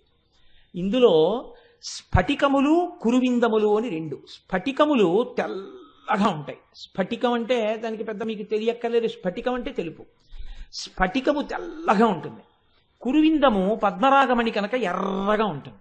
ఈ పద్మరాగం కానీ స్ఫటికం దగ్గర పెట్టారనుకోండి, ఈ పద్మరాగము యొక్క కాంతి స్ఫటికాన్ని కప్పేస్తుంది. ఈ ఎరుపులో తెలుపు ఉండిపోతుంది. ఇది కూడా ఎర్రగా ప్రకాశిస్తుంది, కానీ అది మాత్రం పద్మరాగాన్ని పక్కకి తీస్తే మళ్ళీ తన తెలుపులోనే ఉంటుంది. ఆ ఎరుపు తెలుపుని ఎరుపులా కనపడేటట్టు చేసిందేమో కానీ అది మాత్రం ఎప్పుడు తెల్లగానే ఉంది. ఆ తెలుపు శివుడు, ఈ ఎరుపు అమ్మ. ఈ ఎరుపు పద్మరాగమణి, ఆ తెలుపు పరమశివుడు. ఈ పద్మరాగమణి ఎంత ఎర్రగా ఉంటుంది అన్నారు. ఈ కురువిందములు మంకెన పువ్వు యొక్క ఎరుపు, గురువింద పువ్వు యొక్క ఎరుపు, ఆరుద్ర పురుగు యొక్క ఎరుపు, మందార పువ్వు యొక్క ఎరుపు, లొద్దుక పువ్వు యొక్క ఎరుపు, రక్తము యొక్క ఎరుపు ఎలా ఉంటుందో అంత ఎర్రగా ఉంటాయి పద్మరాగమణులు. ఇంత ఎర్రగా ఉండేటటువంటి పద్మరాగమణులు అమ్మవారి యొక్క కిరీటంలో ఉన్నాయని తెలుసుకుని కురువిందమణి అన్న మాట నోటితో పలికితే ఏమవుతుంది అంటే, దానివల్ల భవస్యాబుద్ధ్యాగని తవ పరిజనో కామానురాగాః కురువిందజేషు శనైర్నతాదృక్స్ఫటికోద్భవేషు మాంగల్యయుక్తా హరిభక్తిదాశ్చ వృద్ధిప్రదాస్తే స్మరణాద్భవంతి. ఎవరైతే నోటితో స్ఫటికము అన్న మాట అంటారో, ఎవరు నోటితో పద్మరాగము అన్న మాట అంటారో, ఈ 2 మాటల్ని అంటే చాల్ట. మాంగల్యయుక్తా హరిభక్తిదాశ్చ వృద్ధిప్రదాస్తే స్మరణాద్భవంతి. నోటితో అనడం కాదు, స్మరణాత్, మనసులో ఒకసారి తలుచుకుంటే చాలు పద్మరాగమణి ఎర్రగా ఉంటుంది అని. కానీ స్ఫటికం తెల్లగా ఉంటుంది అని కానీ ఒకసారి మనసులో అనుకుంటే ఉత్తర క్షణంలో ఈ రెండిటికి ఒక శక్తి ఉంది. మీకు మంగళములను కటాక్షిస్తాయి, మీకు శుభాన్ని ఇస్తాయి. కాబట్టి ఇప్పుడు అమ్మవారి కిరీటమునందు పద్మరాగమణులుంటే అవి మీకు ఏ శుభాన్ని చేకూరుస్తాయి అంటే హరిభక్తిదాంశ్చ, ఇవి మీకు వెంటనే హరిభక్తిదాశ్చ, హరిభక్తినిస్తాయి. హరి అనగా విష్ణువు, విష్ణు అనగా పురుష రూపమునందుంటే విష్ణువు, స్త్రీ రూపమునందుంటే అమ్మవారు, అంతే. అందుకే అలంకార ప్రియత్వం విష్ణువుకి ఉంటుంది, అలంకార ప్రియత్వం అమ్మవారికి ఉంటుంది. ఆయన నేను ఎప్పుడెప్పుడు అవతారం దాల్చినా దీని కొరకు, అంటే నన్ను ఈ కంటితో చూడాలని కోరుకున్న వారి కొరకు, రాక్షస సంహారము కొరకు అంటాడు. పరిత్రాణాయ సాధూనాం వినాశాయ చ దుష్కృతాం ధర్మ సంస్థాపనార్థాయ సంభవామి యుగే యుగే అంటాడు. అమ్మవారు అంటుంది దేవీ భాగవతంలో, యదా యదా హి సాధూనాం దుఃఖం భవతి దానవ తదా తేషాంచి రక్షార్థం దేహం సంధారయామ్యహం. రెండింటికి ఒక్కటే అర్థం. ఎప్పుడెప్పుడు సాధు పురుషులు దుర్జనుల వలన బాధపడి నేను రావాలని కోరుకుంటారో అప్పుడు నేను ఒక రూపం తీసుకుని వచ్చి రాక్షస సంహారం చేసి సాధు పురుషులను రక్షించి నేను ధర్మాన్ని నిలబెడతాను. శ్రీకృష్ణ పరమాత్మ కూడా ఇదే అంటాడు. పుంస్వరూపంతో ఆయన ఏమంటాడో స్త్రీ స్వరూపంతో అమ్మవారు అదే అంటుంది. కాబట్టి అమ్మవారి యందు భక్తి కలగడానికి పద్మరాగమణి యొక్క పేరు నోటితో తలుచుకుంటే చాలు, మనసులో స్మరిస్తే చాలు. నోటితో పలికిన, మనసులో స్మరించిన అమ్మవారి యందు భక్తి కలుగుతుంది. అమ్మవారి యందు భక్తి కలగడం అంటే ఏమిటి? మీరు లలితా సహస్రం తెలియకుండా చదివి చదివి చదివి చదివి చదివి చదివి చదివితే ఒకనాడు అమ్మవారు మీకు దాని వెనక ఉన్న రహస్యం తెలుసుకునే అవకాశాన్ని కృప చేస్తారు. ఓహో, నాకున్న నాలుకకు ఒక పరిధి ఉంది, ఈ పరుధులు మీకు అర్థమవుతాయి. ఆవిడ కిరీటం పెట్టుకుని ఉంది, చూస్తోంది. ఇది మీకు రాగానే మీకు భయం ఉంటుంది. ఈ భయం ఉండగానే ప్రవర్తన చక్కబడిపోతుంది. ఒకరి కోసం కాదు, ఆవిడ చూస్తోందన్న భయంతో జాగ్రత్త పడిపోతారు. ఈ జాగ్రత్త వచ్చేటట్టుగా అమ్మవారి ఎడల భక్తి కలగడం, భక్తితో పాటుగా ఆవిడ చెప్పిన మాట అతిక్రమించడానికి భయం కూడా కలగడం, ఈ రెండూ కలగడం అనబడేటటువంటి మంగళం దేనివల్ల వస్తుందంటే కురువిందమణి శ్రేణి కనత్కోటి ఇరమండిత అని కురువిందమణి అన్న మాటని నోటితో పలకడం వల్ల వస్తుంది. మనసులో ఎర్రగా ఉంటుంది, పసుపచ్చటి బంగారు కిరీటంలో ఎర్రటి మణి పెట్టుకుని ఉంటుంది అన్నది మీరు ఇక్కడ చూడగలిగితే మీకు ఆ ఫలితం వస్తుంది. అందుకనే ఆ మాట అమ్మవారు వసిన్యాది దేవతలతో చెప్పించింది తప్ప తను పెట్టుకున్నారని చెప్పడానికి కాదు. ఈ మాట మీరంటే మీకు అమ్మవారి ఎడల భక్తి కలిగితే, భక్తితో పాటు భయం కలిగితే, భయముతో కూడిన భక్తి చేత మీరు మీ యొక్క పరుదులను తెలుసుకుని జాగ్రత్తగా ప్రవర్తిస్తే ఆఖరణ మీరు మళ్ళీ అమ్మవారిలోనే చేరేటట్టుగా అనుగ్రహింపబడి మీ కుటుంబం అంతా సంతోషంగా ఉండాలని అమ్మవారు ఈ నామాన్ని లలితా సహస్రంలో ఇప్పించింది. కాబట్టి ఇది ఈ నామము యొక్క పరమ ప్రయోజనం. అయితే మీరు ఒక్కటి ఆలోచించండి, ఇక్కడ మీరు ఒక విషయాన్ని కొంచెం జాగ్రత్తగా పట్టుకోవాల్సి ఉంటుంది. బాగుందండి మీరు ఈ మాట చెప్పారు, కానీ కిరీటం పెట్టుకున్న వాళ్ళందరూ కూడా తామే సార్వభౌమాధికారులు కారు. ఎందుకనంటే ఒక తహసీల్దార్ ఉంటాడు, ఆయన ఒక కిరీటం పెట్టుకున్నాడు అనుకోండి, ఆయన మండలాధికారి అనేవారు పూర్వం. ఆయన ఒక కిరీటం పెట్టుకుంటాడు, చిన్న కిరీటం. ఈ మండలాధికారి ఒక సామంతరాజు ఉంటాడు చక్రవర్తి దగ్గర, సామంతరాజు ఉంటాడు. ఆ సామంతరాజు ఓ కిరీటం పెట్టుకుంటాడు, సేనాపతి ఓ కిరీటం పెట్టుకుంటాడు, రాజుగారు ఒక కిరీటం పెట్టుకుంటారు. ఈ సామంతరాజు గారు చక్రవర్తి దగ్గరికి వెడతాడు, ఆ చక్రవర్తి దగ్గర చక్రవర్తి ఓ కిరీటం పెట్టుకుంటాడు. అందరి కిరీటముల కన్నా పెద్ద కిరీటం ఎవరు పెట్టుకుంటారంటే, శోభాయమానమైన కిరీటం ఎవరిది అంటే చక్రవర్తి పెట్టుకునేటటువంటి కిరీటం శోభాయమానమై ఉంటుంది. ఎందుకని? చక్రవర్తి లేనప్పుడు, చక్రవర్తి దూరంగా ఉండగా తన రాజ్యాన్ని తాను పాలిస్తున్నప్పుడు సామంతరాజు ప్రభువు. సామంతరాజు ఎక్కడో ఉన్నప్పుడు ఒక మండలాన్ని పరిపాలిస్తున్నటువంటి వాడు ప్రభువు. కానీ ఆయన కనపడినప్పుడు ఈ కిరీటానికి విలువ తగ్గిపోయింది. ఈయన కిరీటం పెట్టుకున్నా ఎంత పన్ను వసూలు చేస్తున్నావో అన్నాడు అనుకోండి, సామంతరాజు వచ్చి మండలాధికారిని, అయ్యా 100 బస్తాలు పండితే 6 బస్తాలు పుచ్చుకుంటున్నాను అన్నాడు అనుకోండి, పుచ్చుకోకో, వాళ్ళు ఇబ్బంది పడుతున్నారు 4 పుచ్చుకో అన్నాడు అనుకోండి, ఈ కిరీటం అధికారం ఏమైంది? ఆ కిరీటం తగ్గించేసింది. ఇప్పుడు ఈయన ఏం చేయాలి? 4 బస్తాలే పుచ్చుకోవాలి. ఈయన సామంతరాజు చక్రవర్తి దగ్గరికి వెళ్ళి కప్పం కట్టాడు, ఎంత పుచ్చుకుంటున్నావో నీ దగ్గర పన్ను అన్నాడు. 100 బస్తాలు పండితే 4 బస్తాలు పుచ్చుకుంటున్నాను మహాప్రభు అన్నాడు. వద్దు, వాళ్ళు చాలా ఇబ్బందుల్లో ఉన్నారని చెప్పారు, ఎందుకు పుచ్చుకుంటున్నావు 4 బస్తాలు? 3 పుచ్చుకో, నాకు కట్టేది కూడా కొంత తగ్గించుకో అన్నాడు. ఇప్పుడు ఈ కిరీటం గౌరవం ఏమైంది? ఆ కిరీటం ముందు తగ్గిపోయింది. ఆ కిరీటం కూడా ఏ కిరీటం ముందైనా అలాగే తగ్గిపోతుందా? చక్రవర్తి కిరీటం కూడా తగ్గిపోతుంది. ఎక్కడో తెలుసా అండి? సమస్త లోకములను పరిపాలించేటటువంటి కంటికి కనపడని ప్రభువు యొక్క కిరీటము ముందు ఈ కిరీటాలు కూడా పనికిరాని కిరీటాలు. ఆ కిరీటం, ఈ కిరీటాలు నిలబడడానికి హేతువై ఉన్నది. ఆ శక్తి ఆవిడలోంచి వస్తోంది. అందుకే పూర్వం చాలా గొప్ప పూజ చేసి చక్రవర్తి యొక్క పరమ ఆంతరంగిక పరివారం అని ఉంటారు. వారు తప్ప వేరొకరు ముట్టుకోరు. రాజదండాన్ని ఎవరు పడితే వాళ్ళు వెళ్ళి ముట్టుకుని తీసుకొచ్చి, ఎవరు పడితే వాళ్ళు వెళ్ళిపోయి పట్టుకొచ్చి రాజుగారు ఇదిగోనండి అని చెప్పి ఏదో పట్టుకొచ్చి చేతిలో పెట్టడానికి వీల్లేదు రాజదండాన్ని. అలాగే చక్రవర్తి ధరించేటటువంటి ఖడ్గం ఉంటుంది. ఖడ్గాన్ని ఎవరు పడితే వారు ముట్టుకోరు. ఆ ఖడ్గాన్ని ముట్టుకోవాలన్నా పట్టుకొచ్చి ఇవ్వాలన్నా దానికి ఒక ప్రయోజనం ఉంటుంది, దానికి ఒక గొప్ప అధికారం ఉన్న వాళ్ళు ఉంటారు. వాళ్ళు తప్ప పట్టుకుని ఇవ్వకూడదు. అంత గొప్ప విజయనగర సామ్రాజ్యం పతనం అయిపోవడానికి కారణం ఏమిటో తెలుసా అండి మీకు? దక్షిణ భారతదేశంలో ఎదురులేని రాజ్యంగా పరిఢవిల్లి కృష్ణదేవరాయల చేత పరిపాలింపబడి శత్రువుల చేత కన్నెత్తి చూడబడని విజయనగరం పతనం అయిపోవడానికి కారణం ఒక్కటే. అనువంశికంగా వస్తున్నటువంటి ఖడ్గాన్ని, రామరాయల వారి ఖడ్గాన్ని ఒక రోజు రాత్రి యుద్ధభూమిలో శిబిరంలో ముట్టుకోవడానికి అధికారం లేని వ్యక్తి ముట్టుకున్నాడంతే. విజయనగరం పతనం అయిపోయింది. తల్లికోట యుద్ధంలో అందరి బుద్ధి కప్పబడిపోయిందంతే. ఏటికి అవతల ఒడ్డున శత్రు సైనికులు ఉన్నారు, ఏటికి యువతల ఒడ్డున రామరాయలు ఉన్నాడు. రామరాయలు బొటనవేలుతో రాసేస్తాడు ఆ సైన్యాన్ని. అంత సైన్యం రామరాయల్ది. చిన్న విషయానికి పడిపోయాడంతే. బాగా చీకటి పడ్డాక శత్రు సైనికులు ఏం చేశారంటే ఎడ్ల బళ్ళకి 8 కాగడాలు కట్టి కొన్ని వేల ఎడ్ల బళ్ళు నదికి అవతల వైపుకి తోలారు. నదికి ఆవల వైపు రామరాయల సైన్యం ఉంది. కాగడాలు వెళ్ళిపోతున్నాయి ఇలా నిలబడినట్టుగా.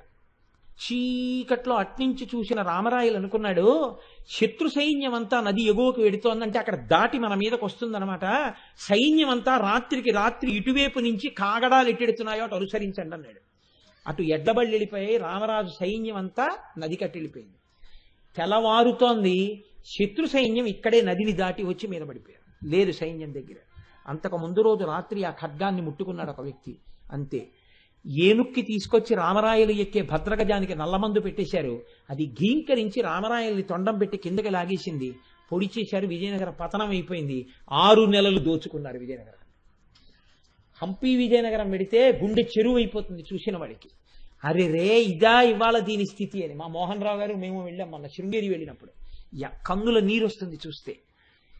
ఒక్కొక్క వస్తువుకి అంత శక్తి ఉంటుంది. అటువంటి వాటిల్లో రాజదండం, ఖడ్గం, కిరీటం అంత గొప్పవి. ఆ కిరీటం అధికారమునందు హద్దులు చెప్తుంది. ఇప్పుడు అమ్మవారి కిరీటానికి కూడా ఏమైనా హద్దుందా? ఆవిడ కిరీటం కూడా దేనికన్నా కొంచెం తక్కువగా ఉంటుందా? ఆవిడ కిరీటమే అందరికన్నా గొప్పగా ఉంటుందా? ఇది చెప్పాలంటే ఏదో చెప్పేయచ్చు. ఆవిడకన్నా గొప్పది లేదండి అని అయినా చెప్పేయచ్చు, ఆవిడకన్నా గొప్పది ఉందండి అని అయినా చెప్పేయచ్చు. రెండే సమాధానాలు ఉంటాయి, అంతకన్నా ఏం ఉండవు కదా. కాబట్టి కొంతమంది ఇది కొంతమంది అది చెప్తే ఏదో ఒకటి ఒప్పుకు తీరాలి. కాబట్టి ఎవరో వాళ్ళకి మార్కు వస్తుంది, అది పెద్ద విశేషం కాదు. కానీ చెప్పడంలో ఒక తమాషాతో చెప్పగలిగిన వ్యక్తి ఒకరు ఉన్నారు, మహానుభావుడు. అది హత్తుకునేటట్టు చెప్పగలరు ఆయన.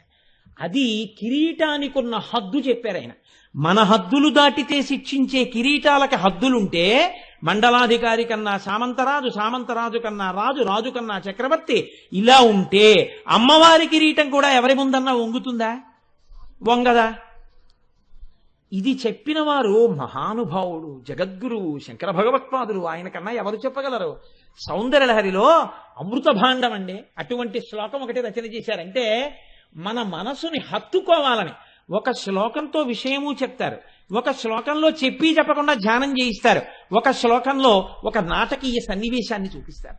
అలా చెప్పడంలో శంకరులకి శంకరులే సాటి, వేరొకరికి అంతటి ప్రజ్ఞ భాషించడం దుర్లభం. అది ఆయన మహానుభావుడు. ఆయన అంటారు, కిరీటం వైరించం పరిహరపుర కైటబభిద కఠోరే కోటీరే స్థలసిజహిజం భారిమకుటం ప్రణమ్రేష్వేతేషు ప్రసభముపయాతస్య భవనం భవస్యాభ్యుత్థానే తవ పరిజనో తవ పరిజనోక్తిర్విజయతే. ఇందులో శంకరాచార్యులు వారు అంటారు, అమ్మవారు ఒకనాడు సింహాసనం మీద కూర్చున్నది. అమ్మవారు సింహాసనం మీద కూర్చుంటే అమ్మవారిని సేవించడం కోసమని చెప్పి వచ్చి కూర్చున్నారు కొంతమంది. ఆయన ప్రభువు, ఆయన ముందు కూర్చోకూడదు అన్న భయానికి గుర్తేమిటో తెలుసా అండి? ఆయన తేజస్సు మీరు తట్టుకోలేరని గుర్తేమిటంటే ఆయనకి ఎదురు మీరు కూర్చోకూడదు, ఆయనకు ఒక పక్క కూర్చోవాలి. అందుకే ప్రభువు సింహాసనం మీద కూర్చుంటాడు, మంత్రి సామంతులు పురజనులు అందరూ ఇలా ఉంటారు తప్ప ఎదురుగుండా ఎవరు కూర్చోరు చక్రవర్తికి. ఆయన దగ్గరకు వచ్చినా ఆయనతో మాట్లాడినా చెయ్యి అడ్డు పెట్టుకుని అలా మాట్లాడవలసింది. ఆయన సభలో కూర్చుని ఉండగా దేని తర్వాత ఏది జరగాలి అన్నది ఆయనే చెప్తారు. ఎంతో మహాపురుషులైతే తప్ప లోపలికొచ్చి సభ జరుగుతుండగా ఫలానా వాళ్ళు వస్తున్నారు అని చెప్పకూడదు. సభ నడుస్తున్నప్పుడు సభా కార్యక్రమం జరగాలి. ఆవిడేదో జరిపిస్తోంది కార్యక్రమం. ఎవరున్నారు సభలో? చతుర్ముఖ బ్రహ్మగారు ఉన్నారు. ఈ లోకములన్నిటినీ సృష్టి చేస్తాడు ఆయన. సృష్టి చేసేటటువంటి బ్రహ్మగారు కూర్చుని ఉన్నారు. అంటే ఇప్పుడు బ్రహ్మగారు ఉన్నారు అనగానే మీకు విషయం గుర్తు రావాలి. ఎన్ని తలకాయలతో ఉన్నాడు? 4 తలకాయలతో ఉన్నాడు. 4 తలకాయల మీద 4 కిరీటాలు ఉన్నాయి. శ్రీ మహావిష్ణువు ఉన్నారు, ఆయన తల మీద ఓ కిరీటం ఉంది. దేవతలకి పరిపాలకుడు ఇంద్రుడు ఉన్నాడు, ఆయన ఓ కిరీటం పెట్టుకున్నాడు. వాళ్ళు ముగ్గురే అమ్మవారి దగ్గర భయభక్తులతో కింద పరివారంలో కూర్చుని ఉన్నారంటే ఇంకింతకన్నా గొప్ప వాళ్ళు ఉంటారని మీరు ఎలా అనుకుంటున్నారు? సృష్టి చేసేటటువంటి వాళ్ళల్లో బ్రహ్మ, విష్ణువు, ఇంద్రుడు వీళ్ళు ముగ్గురు సభలో కిందకి కూర్చుని ఉన్నారు. అమ్మవారు సింహాసనంలో కూర్చునుంది, కిరీటం పెట్టుకునుంది. ఇప్పుడు ఎవరికన్నా ఎవరు గొప్ప అంటే ఏమన్నా అప్పటికంటే అలా కూర్చున్నారు కానండి, ఏదో కూర్చొని ఇచ్చారు కానీ ఈయనే కూర్చొని ఇచ్చారండి అని మీరు అంటారేమో. కిరీటం బట్టే నిర్ణయం అవ్వాలి ఎవరు గొప్ప. ఇప్పుడు శంకరాచార్యులు వారు ఒక నాటకి ఈ సన్నివేశానికి తెరతీశారు. సభ జరుగుతోంది కాబట్టి ఎవరో పనికిమాలిన వాడు ఎవరో వచ్చేస్తుంటే అవునా ఆయన ఎవరో వచ్చేస్తున్నారని చెప్పి ప్రతివాడు వచ్చి చెప్పడు. ప్రతిహారి అంటారు. వాడు వచ్చి వాళ్ళు వస్తున్నారండి అని చెప్పకూడదు. ఫోన్ వచ్చిందండి అని సెల్లట్టుకు వచ్చి ఇచ్చేయడం, కార్డ్లెస్ పట్టుకొచ్చి ఇచ్చేయడం, ఇలా దిక్కుమాలిన వాళ్ళు ఉండదు. ఆవిడ ఎలా సభ నడిపిస్తుందో అలా నడుస్తుంది అంతే. అంతేగాని ఎవరైనా వస్తే అమ్మవారు సభలో ఉన్నారు, బయట కూర్చుంటారు. ఇంద్రాదులు కూడా కూర్చుంటారు. శ్రీచక్రం గురించి విన్నప్పుడు ఇంద్రుడు కానీ కూర్చుంటారు. అలాగా అమ్మవారి దర్శనమే అవదు అసలు. అటువంటి స్థితిలో అమ్మవారు కూర్చునింది. కూర్చునుంటే ఎవరొచ్చారని చెప్తారు? ఎవరొచ్చారని చెప్తే అకస్మాత్తుగా ఆవిడ లేచి నిలబడి ఆవిడ కూర్చుని ప్రవేశపెట్టండి అన్నారనుకోండి, అంటే పెద్ద ఆవిడ గౌరవించవలసిన వ్యక్తి ఏం కాదు, సభలో పనిలో ఉన్నా ఆయన్ని రానివ్వాలి కాబట్టి ప్రవేశపెట్టండి అనొచ్చు. లేదు ఆయన యందు గౌరవం చేత ప్రవేశపెట్టండి అన్న తర్వాత ఆయన్ని తీసుకొస్తారు. ఆయన్ని ప్రవేశపెట్టండి అన్నారంటే ఆ మహానుభావుడే కదా అంత సభ జరుగుతుండగా. అప్పుడు ఆయన వచ్చిన తర్వాత ఈవిడ లేచి నిలబడి ఉపవిష్టులు కండు అంటుంది. అంటే ఆయన్ను ఆసనం మీద కూర్చోబెడతారు. ఎవరైనా ఒక మహాపురుషుడు అనుకోండి, ఏమో పళ్ళెం పెట్టి కాళ్ళు కడిగి అవి చెయ్యొచ్చేమో, కిరీటం మీద ఆవిడ కూడా చల్లుకోవచ్చేమో. అలా జరిగింది. ఎవరైనా వచ్చారని చెప్తే ఓహో వారు వచ్చారా అని ఒకసారి ఈవిడ అందరూ లేచి నిలబడ్డారు అనుకోండి, ఈవిడ లేచి నిలబడ్డారు, అందరూ లేచి నిలబడ్డారు. అప్పుడు ఏ కిరీటం కన్నా ఏ కిరీటం గొప్పది? కిరీటాల పోటీయే ఉంది ఇక్కడ. కాబట్టి శంకరాచార్యులు వారు అన్నారు, ఒక ప్రతిహారి పరిగెత్తుకొచ్చి అన్నట్ట, అమ్మా మీకు మాట చెప్తున్నాం, భవస్యాభ్యుద్ధానే. భవుడంటే లోకములనన్నింటినీ పోషించగలిగిన వాడు. భవ ఇత్యుచ్యతే మూర్తిర్భవస్య పరమాత్మనః అంటుంది లింగపురాణం. అమ్మా పరమశివుడు సభలోకి విజయం చేస్తున్నారు అన్నాడు. అనేటప్పటికిట కూర్చుని చెప్పండి అని వింటోంది ఆవిడ. ఇప్పుడు అతను మెల్లిగా వచ్చి అమ్మగారికి ఏదో చెప్పాలి అంటే మంత్రులు వింటారు. ముందు శ్యామలాదేవి వాళ్ళు ఏమిటి అంటారు. అంటే ఫలానా వాళ్ళు వచ్చారు అంటే ఆయన వెళ్ళిపోతాడు. వెళ్ళిపోయిన తర్వాత శ్యామలాదేవి దగ్గరికి వస్తుంది. వచ్చిలా చెయ్యి అడ్డు పెట్టుకుని అంటుంది అమ్మవారు, అమ్మ ఫలానా వారు వచ్చారు అని చెప్తుంది. అంతేగాని ప్రతిహారి కేకలేసుకుంటూ రాడు. అలా కేకలేసుకుంటూ వచ్చాడంటే శ్యామలాదేవికి చెప్పి, శ్యామలాదేవి అమ్మవారికి చెప్పి ఆలస్యం జరిగినందుకు అమ్మవారు వాడి కంఠం ఉత్తరించేస్తుంది అనమాట. ఆయన వస్తున్నప్పుడు మాత్రం ఇంకా ప్రోటోకాల్ లేదు. ఆయన వస్తున్నాడంటే అమ్మవారికి వినబడేటట్టు చెప్పవలసిందే. అంత భయభక్తులు అనమాట అమ్మవారికి కూడా. ఎవరు అలా వస్తున్నవాడు? పరమశివుడు వస్తున్నాడు సభలోకి. అందుకని ఇప్పుడు ఆవిడితో వచ్చి చెప్పాడు. ప్రతిహారి అరుచుకుంటూ వచ్చాడు, అమ్మా భవస్యాగ, ఆ మాట చూడండి, భవస్యాభ్యుద్ధానే భవుడు పరమశివుడు వచ్చేస్తున్నాడమ్మా సభలోకి, వచ్చేస్తున్నారు, బయలుదేరారు, దగ్గరికి వచ్చారమ్మా అనగానే అమ్మవారు వచ్చేస్తున్నారా అని కూడా అనలేదట. గభాల సింహాసనం నుంచి లేచిపోయి గబ గబ గబ గబ దివిగి ఎదురెళ్ళిపోతోంది. ఇప్పుడు ప్రవేశపెట్టండి అంటట్లేదు, తాను ఎదురెళ్ళిపోతోంది. ఎలా వెళ్ళిపోతోందిట? చక్రవర్తి సభలోంచి లేచి వెళ్ళేటప్పుడు మళ్ళీ ప్రోటోకాల్ ఉంటుంది. వెనకాతల మళ్ళీ ఆవిడికి స్తోత్రం చేస్తే వాళ్ళు పెడతారు, మంత్రులు పెడతారు, సేనాపతులు పెడతారు, ఆంతరంగిక పరివారం పెడతారు. ఒక్కొక్కరు ఒక్కొక్క కక్షిలో ఉండిపోతారు. చిట్ట చివరి వరకు మంత్రి గారు ఒక్కడే పెడతాడు. మంత్రి గారు ఒక్కరు వెళ్ళిన తర్వాత ఆ మంత్రి గారితో లోపల ఆవిడ ఇంకేమైనా మాట్లాడి శ్యామలాదేవితోటి ఆవిడ లోపలికి వెళ్ళిపోతుంది. చింతామణి గృహంలోకి వెళ్ళిపోతుంది ఆవిడ. కానీ ఇక్కడేమైంది? ప్రవేశపెట్టడం లేదు, ఈవిడ పరిగెత్తుకు వెళ్ళిపోతుంది. గబగబ గబగబా ఈవిడ వెళ్ళిపోతుంటే ఆవిడేదో పనిలో ఉంది, ఆవిడ వెళ్ళిపోతుంది. మనకేమిటని కూర్చున్న వాళ్ళు కూర్చున్నారు అనుకుంటున్నారా? వాళ్ళు లేచి నిలబడలేదట. అమ్మ బాబోయ్, అమ్మవారు ఇలా వెడుతోంది, మనం ఇలా నిలబడ్డమే అని వాళ్ళు కింద పడిపోయారు. అంటే ఇప్పుడు ఎవరి కిరీటం పెద్దది? ఒక కిరీటం, ఆయన కిరీటం పెట్టుకుని వచ్చాడో పెట్టుకోకుండా వచ్చాడో ఆయన జటాజుటం ఉంటుంది. అందుకని ఆయన వచ్చేస్తున్నాడు. ఆయన్ని మీరు చూడలేదు, ఇంకా కిరీటం పెట్టుకున్నాడో పెట్టుకోలేదో. ప్రతిహారి చెప్పాడంతే, మీకు చెప్పారు శంకరాచార్యులు వారు శివుడు కిరీటం పెట్టుకొచ్చాడని. ఇంకా ఆవిడ వెడుతోందని చెప్పారు. కిరీటం ఆయన పెట్టుకున్నాడో పెట్టుకోలేదో మీకు తెలియదు. కానీ పెట్టుకున్న కిరీటాలన్నీ ఏమయ్యాయి? ఆవిడ అంత గబగబా వెళ్ళిపోతున్నా, ఆవిడ ఏదో పని మీద వెళ్తున్నారని వీళ్ళు వెంటనే సరే మళ్ళీ వస్తుందని కూర్చోలేదు. ఆవిడ గబగబా దిగిడుతోంది అంటే హఠాత్ సంఘటన, ఎవరు ఊహించలేదు. ఎవరు ఊహించనప్పుడు ఆవిడ అలా వెడుతున్నా వీళ్ళందరూ నేల మీద పడిపోయారు. పడిపోతే ఇప్పుడు ఆవిడ తొందర, శివుడు వచ్చేస్తున్నాడు, గబగబా వెళ్ళిపోతుంది ఆవిడ బయటికి. వెళ్ళిపోతుంటే చెలికెత్తాలని అంటున్నారట. వాళ్ళు అమ్మవారు వెళుతుంటే పరిగెత్తుకుంటే గబగబా చుట్టూ వచ్చేసారు. ఏదో Z+ కేటగిరీలో ఉన్నవాడు అటు ఇటు పెడుతుంటే బ్లాక్ క్యాట్ కమాండోస్ కూడా పరిగెత్తినట్టు వాళ్ళ చెలికెత్తులు పరిగెత్తుకుంటూ వచ్చి అన్నట్టు, అమ్మా కిరీటం వైరించం, అమ్మా ఇది బ్రహ్మగారి కిరీటాలు, 4 కిరీటాలు, జాగ్రత్త జాగ్రత్త, కాళ్ళకి తగులుతాయి, తప్పుకో అంటున్నారట. కొంచెం వెనక్కుడు తలకాయది వెనకది అంటారట. అమ్మ జాగ్రత్త, తగులుతాయి అని అమ్మవారికి తప్పుకోండి అని చేతులు పట్టుకుంటున్నారట. అమ్మవారు ఇలా చూట్టాలు లేట కిందకి వెళ్ళిపోతుంది. వీళ్ళు అమ్మ బాబోయ్ అమ్మవారి పాదాల దగ్గరికి వస్తున్నాయి, ఇంతే చాలు, ఏ కారణం అయితేనే దండం పెడదామంటే అక్కడికి ఎలాగో వెళ్ళడానికి కుదరదు, ఆవిడ లేచి వెళ్ళిపోతుంది. అందుకని వాళ్ళు అనుకోకుండా పాదాలు వచ్చాయి, వాళ్ళు కింద పడిపోయారట కిరీటాలతో. పడిపోయి పెడితే అమ్మ కిరీటాలు తగులుతాయి అని చిలికెత్తులు అంటున్నారట. చెప్పకుండా చెప్తున్నారు ఏ కిరీటం పెద్దది? అమ్మవారి కిరీటం పెద్దది ప్రస్తుతం వరకు కదండి. అందుకని ఆవిడ వెళ్ళిపోతాం చెలికెత్తలు అంటున్నారట. కిరీటం వైరించం హరిహరపుర కైటబిద, అమ్మా బ్రహ్మగారి కిరీటాలు, ఇది కైటభుడనేటటువంటి రాక్షసుడిని మర్దించినటువంటి శ్రీ మహావిష్ణువు యొక్క కిరీటం చాలా కఠినంగా ఉంటుందమ్మా ఈ కిరీటం. ఇది కిరీటం మీదకి బాణాలు వేస్తారు. శ్రీ మహావిష్ణువు స్థితికారకుడు, ఎప్పుడు లోకాల్లో ధర్మానికి హాని వచ్చిందంటే యుద్ధానికి వెళ్ళిపోయేది ఆయనే. కాబట్టి ఆయన కిరీటం మిగిలిన కిరీటాల్లో ఉండదు, అటువంటి కిరీటం. కాబట్టి అమ్మ అది చాలా కఠినంగా ఉంటుంది, నీ పల్లవమైన పాదములకు తగులుతుందేమో, అమ్మ జాగ్రత్త ఏమండో శ్రీ మహావిష్ణువు గారు వెనక్కుండండి అంటున్నారట. అమ్మవారు గబగబా వెళ్ళి అమ్మ గబుక్కుని తగులుతుందేమో, ఆ పాదం ఎంత కోమలమైన పాదం అమ్మా, తగిలితే ఇంకేమైనా ఉందా, జాగ్రత్త అంటున్నారట. అందుకని పరిహరపుర కైటబిద, పరిహర తీసే అమ్మ వెనక్కెళ్ళు అంటున్నారట. కఠోరే కోటీరే స్థలసి జహిజం భారి మకుటం, అసలు ఇంద్రుడి దగ్గరికి వచ్చేటప్పటికి అన్నారట, ఇంద్ర అమ్మవారు ఎడుతోంది, ఏంటా కిరీటంతో అలా అడ్డంగా పడిపోతావు, తీసేయి కిరీటం, అమ్మా ఆ కిరీటాన్ని తప్పించుకో, దాటేసి దాని దగ్గర నుంచి కాలేయకు, కిరీటం నుంచి దాటేయి. అమ్మవారు ఆ కిరీటం నుంచి దాటి వెళ్ళిపోయినా కూడా దానికి పూజ. అంటే బ్రహ్మాది దేవతల యొక్క కిరీటములే హఠాత్తుగా ఆవిడ సభలోంచి లేచి వెడుతుంటే నేల పడిపోయి ఆవిడ పాదముల దగ్గర అమ్మో తల్లి పాదములని నేల మీద పడి ప్రణిపాతం చేస్తున్నాయి. అంటే ఆవిడెవరు? శ్రీ మహారాజ్ఞి. ఆవిడ ఆజ్ఞలను అందరూ పాలిస్తారు తప్ప ఆ కిరీటం వేరొవరి దగ్గర వంగేది కాదు. మరి ఎందుకు పరిగెడుతోంది? వస్తున్నవాడు భర్త. ఆయన పరిపాలకుడు కాదా పక్కన పెట్టండి, భార్యాభర్తల మధ్యలో ఆ భేదం ఉండదు.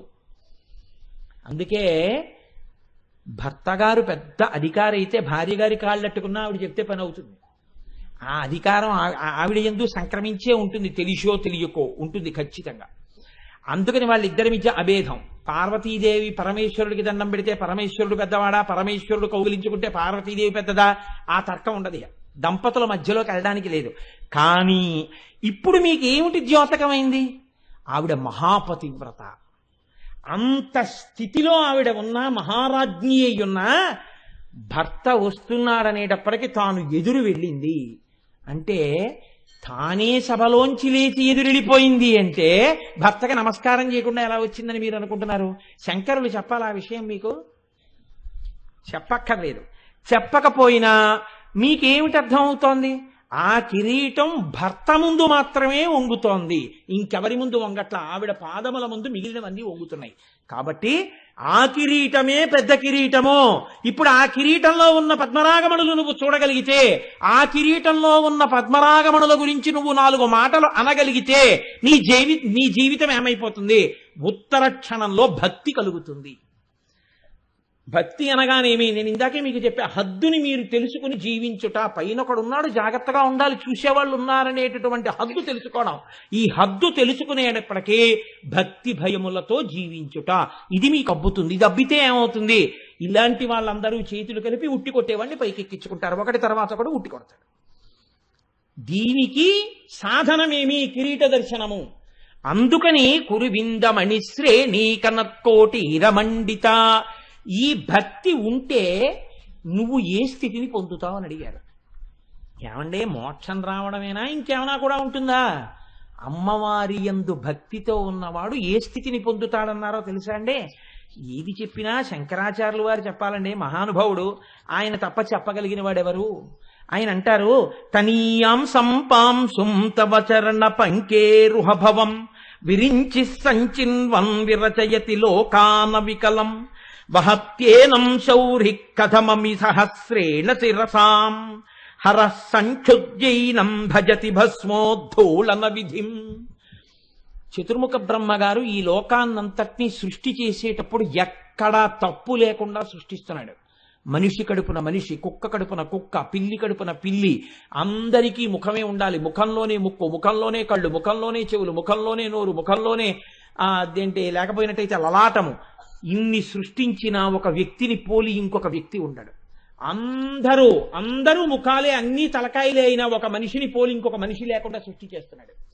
ఇంత శక్తి బ్రహ్మగారికి ఎక్కడి నుంచి వచ్చింది? తనీయాం సంపాంసుం. అమ్మవారి పాదములకు పట్టినటువంటి రజస్సు మట్టిని చల్లుకోలేదుట. అమ్మవారి పాదములకు ఉన్నటువంటి మట్టిలో ఉన్న ఒక లేశ కణాన్ని తీసి తన కిరీటం మీద వేసుకున్నట్ట. ఇంత శక్తి వచ్చింది. నువ్వు కూడా నీకిచ్చిన శక్తిని అమ్మవారి పరం చేసి ఆవిడ పాదముల దగ్గర తల ఉంచి నమస్కరించి, అమ్మా నే చేస్తున్నది నీ అనుగ్రహంతో అని ఆవిడ పాద ధూళిని శిరస్సున వేసుకోగలిగితే నీకున్న విభూతి ఏ స్థాయిలో ప్రకాశిస్తుందో, నువ్వు ఎంత స్థితిని పొందుతావో ఆలోచించుకో. కాబట్టి తనీయాం సంపాంసుం తవ చరణ పంకేరుహభవం విరించి సంచిన్వన్ విరచయతి లోకాన వికలం వహత్యేనం శౌరి కథమమి సహస్రేణ శిరసాం. ఏమి మాటలేసేస్తారు అనండి శంకరాచార్యుల వారు. అమ్మవారి పాదములకే ఉన్నటువంటి ధూళికణాన్ని శిరస్సు మీద వేసుకున్నారట శ్రీ మహావిష్ణువు. వేసుకుని ఏం చేస్తున్నారు? 1000 తలలతో ఈ భూమిని మోస్తున్నారట. అదేమిటండి, విష్ణువు భూమిని మోసినట్టు ఎక్కడుందండి లోకంలో అంటే? శంకరాచార్యుల వారి ప్రజ్ఞ ముందు ఎవరైనా తలవంచవలసిందే. ఆయన అన్నారు, వహత్యేనం శౌరి, శౌరి మోస్తున్నాడు అన్నారు. శౌరి అన్న మాట కృష్ణుడికి ఉంది. శౌరి అంటే సూర్యుడి యొక్క మనవడు. ఆ సూర్యుడు అనేటటువంటి ఆయన కొడుకు వసుదేవుడు, వసుదేవుని యొక్క కుమారుడు కృష్ణ భగవానుడు. సూర్యుడికి పౌత్రుడు కనుక శౌరి అని పేరు. శూరుడికి కొడుకు వసుదేవుడైతే వసుదేవుడికి చెందినటువంటి భార్య రోహిణీ గర్భమునందు పుట్టిన బలరాముడు కూడా శౌరియే. ఎందుకని ఆ సూర్యుడికి మనవడే అవుతాడు కాబట్టి. ఇప్పుడు బలరాముడు కూడా శౌరి అయితే ఆ బలరాముడి శేషాంశ, శేషుడు బలరాముడిగా వచ్చాడు. కాబట్టి ఆ శేషుడు 1000 పడగలతో భూమిని మోస్తాడు. కాబట్టి ఇప్పుడు శౌరి అన్న మాట విష్ణువాంశ శేషుడికి కూడా వర్తిస్తుంది. అలా వచ్చారు శంకరాచార్య గారు. ఒక్క మాటతో మిమ్మల్ని ధ్యానం చేయిస్తారు. శౌరి ఎలా చెందుతుంది అన్నారు అనుకోండి, మీరు 50 పుస్తకాలు ఎట్టి చూడాలి. అంటే మొదట్లో అయితే, తర్వాత అమ్మవారి అనుగ్రహం ఉంటే వెంటనే విడుతుంది, వేరు విషయం అనుకోండి. కాబట్టి ఇప్పుడు బలరాముడు శేషాంశలో ఉండగా తన 1000 పడగలతో ఈ భూమిని మోస్తున్నాడు. మొయ్యడము అన్న మాట గురించి మీరు ఒకటి ఆలోచించండి. ఎలా మోస్తున్నట్ట? బ్రహ్మగారు చేసినట్టుగా బ్రహ్మగారు చేస్తే నవికలం ఏ తేడా లేకుండా సృష్టి చేస్తున్నట్ట. విష్ణువు కూడా అంత గొప్పగా మోసేస్తున్నారు ఆ లోకాన్ని. కథమపి ఎలాగో అలా. అదేమిటి? సృష్టి చేయడం తేలిక, ఒక్క గంట పనో ఓ రోజు పనో ఉంటుంది అది సృష్టి. కానీ స్థితి, డేట్ ఆఫ్ బర్త్ అన్నది కొన్ని క్షణాలతో కూడుకుని ఉంటుంది, దాన్ని బట్టే జాతకం ఉంటుంది. డేట్ ఆఫ్ డెత్ అన్నది నిజానికి ఒక్క క్షణం ఉంటుంది, అయిపోతుంది. ఈ మధ్యలో ఉన్నదే స్థితి. ఇది ఎలా బతికామన్నదే ముఖ్యం.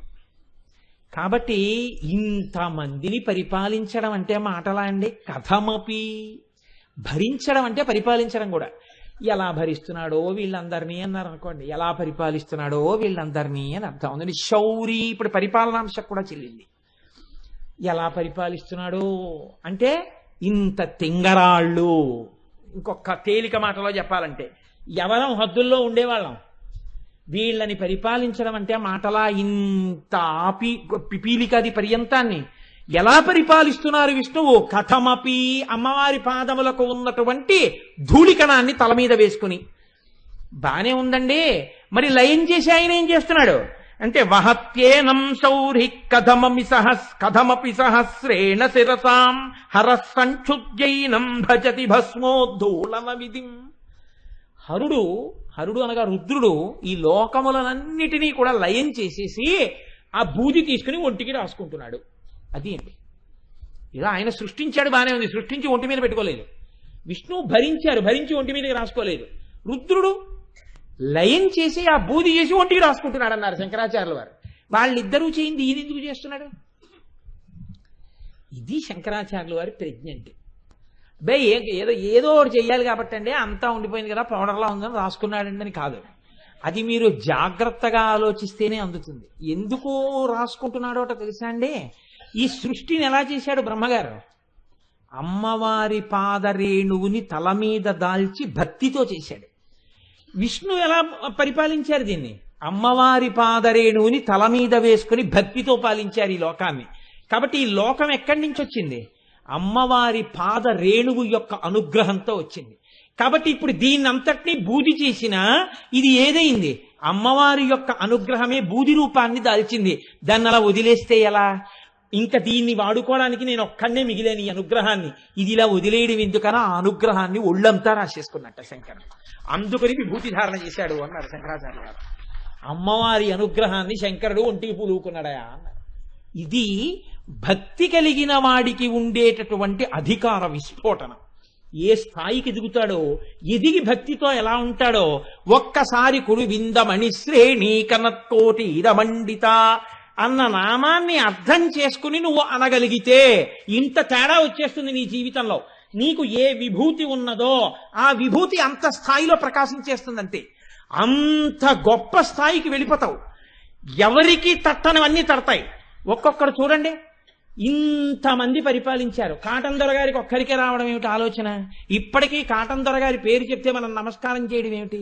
ఎంతో మంది లోకంలో పుట్టారు, పెరిగారు, పెద్దవాళ్ళు అయ్యారు.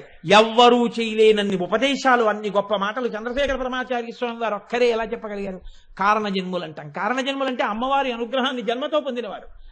అలా నీకున్న విభూతి అమ్మవారి పరం చెయ్యడం నువ్వు నేర్చుకుంటే, నాదే ఉందండి ఇదంతా తల్లి యొక్క ధూళికణం తల మీద పడితే ఇలా జరుగుతోంది అని నువ్వు అనగలిగితే నువ్వు ఏ స్థాయికైనా పెరుగుతావు, ఎంత గొప్పవాడివైనా అవుతావు.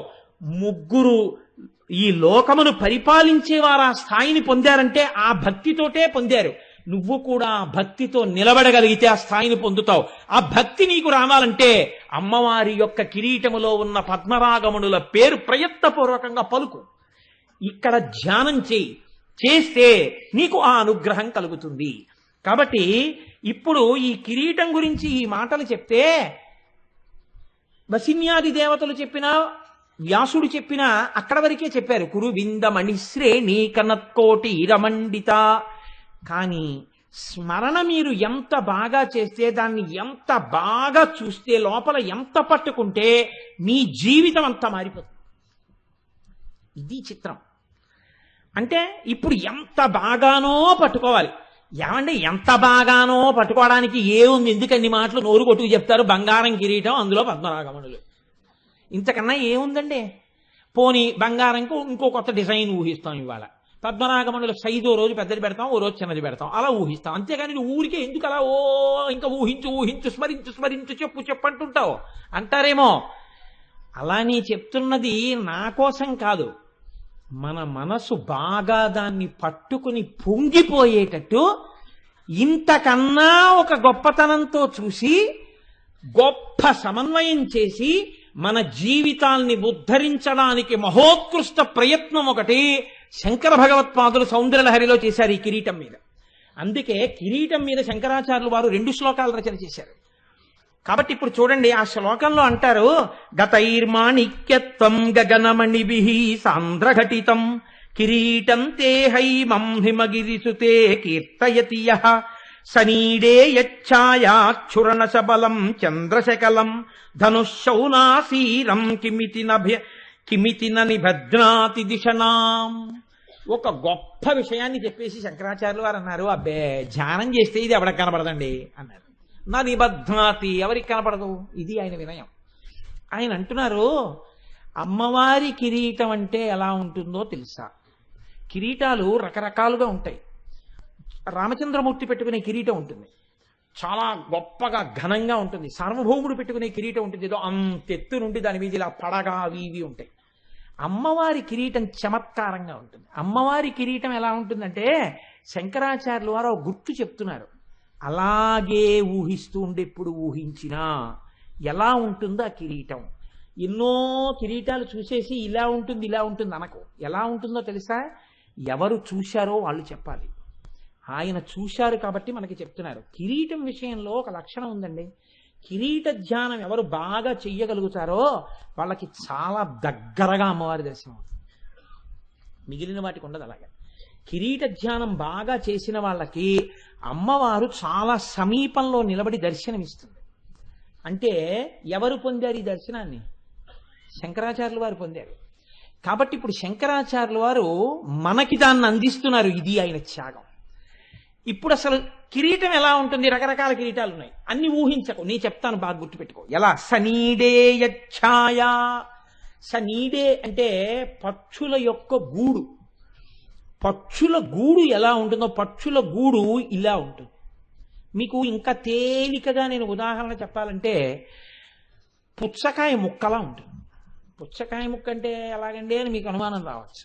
నేను మీకు తేలికగా మీరు గుర్తుపట్టాలంటే, పుచ్చకాయ కోసేవాడు కోస్తున్నప్పుడు మీరు అలా గమనించండి. ఎప్పుడైనా వాడు ఏం చేస్తాడంటే పుచ్చకాయ తెచ్చి ముందు పడుకోబెడతాడు, ఇలా నిలువుగా కోయడు, ఇలా పడుకోబెడతాడు. పడుకోబెట్టి కత్తితో ముందు సగానికి కోస్తాడు. కోసిన తర్వాత ఏం చేస్తాడంటే, అందంగా అమ్మేవాడైతే, ఎవడు పడితే వాడి గురించి నేను చెప్పట్లేదు, ఇప్పుడు ఓ ముక్క తీసేసి ఓ ప్లాస్టిక్ కవర్లో పెట్టి బండి కింద పెట్టేస్తాడు. ఈ మిగిలిన సగం ముక్కని ఏం చేస్తాడంటే ఒక కత్తి పట్టుకుని ఇలా గుండ్రంగా కోస్తాడు. ఇప్పుడు అందులోంచి కాకరకాయ ముక్కల్లా ఇలా గుండ్రంగా వస్తాయి పళ్ళేలాగా. ఇప్పుడు దీన్ని ఏం చేస్తాడంటే మళ్ళీ ఇలా సగానికి కోస్తాడు. ఇలా సగానికి కోస్తే ఇలా అర్ధచంద్రాకారాల్లో వస్తాయి. ఇప్పుడు వీటిని ఏం చేస్తాడంటే గమ్మత్తుగా పెడతాడు ఇలా. ఇది మీరు చూడగానే ఏం చేస్తుందంటే కంటిని ఆకర్షిస్తుంది, తదియనాటి చంద్రరేఖల్లా ఉంటాయి. ఇది తిందామని మీరు ఏం చేస్తారంటే పెడితే ₹1 ₹2 పెడతారు, అనంతమైన ముక్కలు సృష్టిస్తాడు. ఇప్పుడు ఆ ముక్క పట్టుకుంటే మీరు ఇలా పట్టుకోవడానికి ఉండదు, ఇలా కింద పట్టుకోవాలి. పట్టుకుని మీరు ఈ చివరి నుంచి అందులో ఉన్న ఎర్రగుజ్జంతా తినేస్తే తెల్లగుజ్జుతో ఆకుపచ్చ అర్ధచంద్రాకారంగానే మిగిలిపోతుంది. దీన్ని మీరు కింద పారేస్తే దాని రూపం చెరదు, ఎర్ర గుజ్జు పోతుంది, మేకో గొర్రెో తినేస్తుంది, తర్వాత విషయం.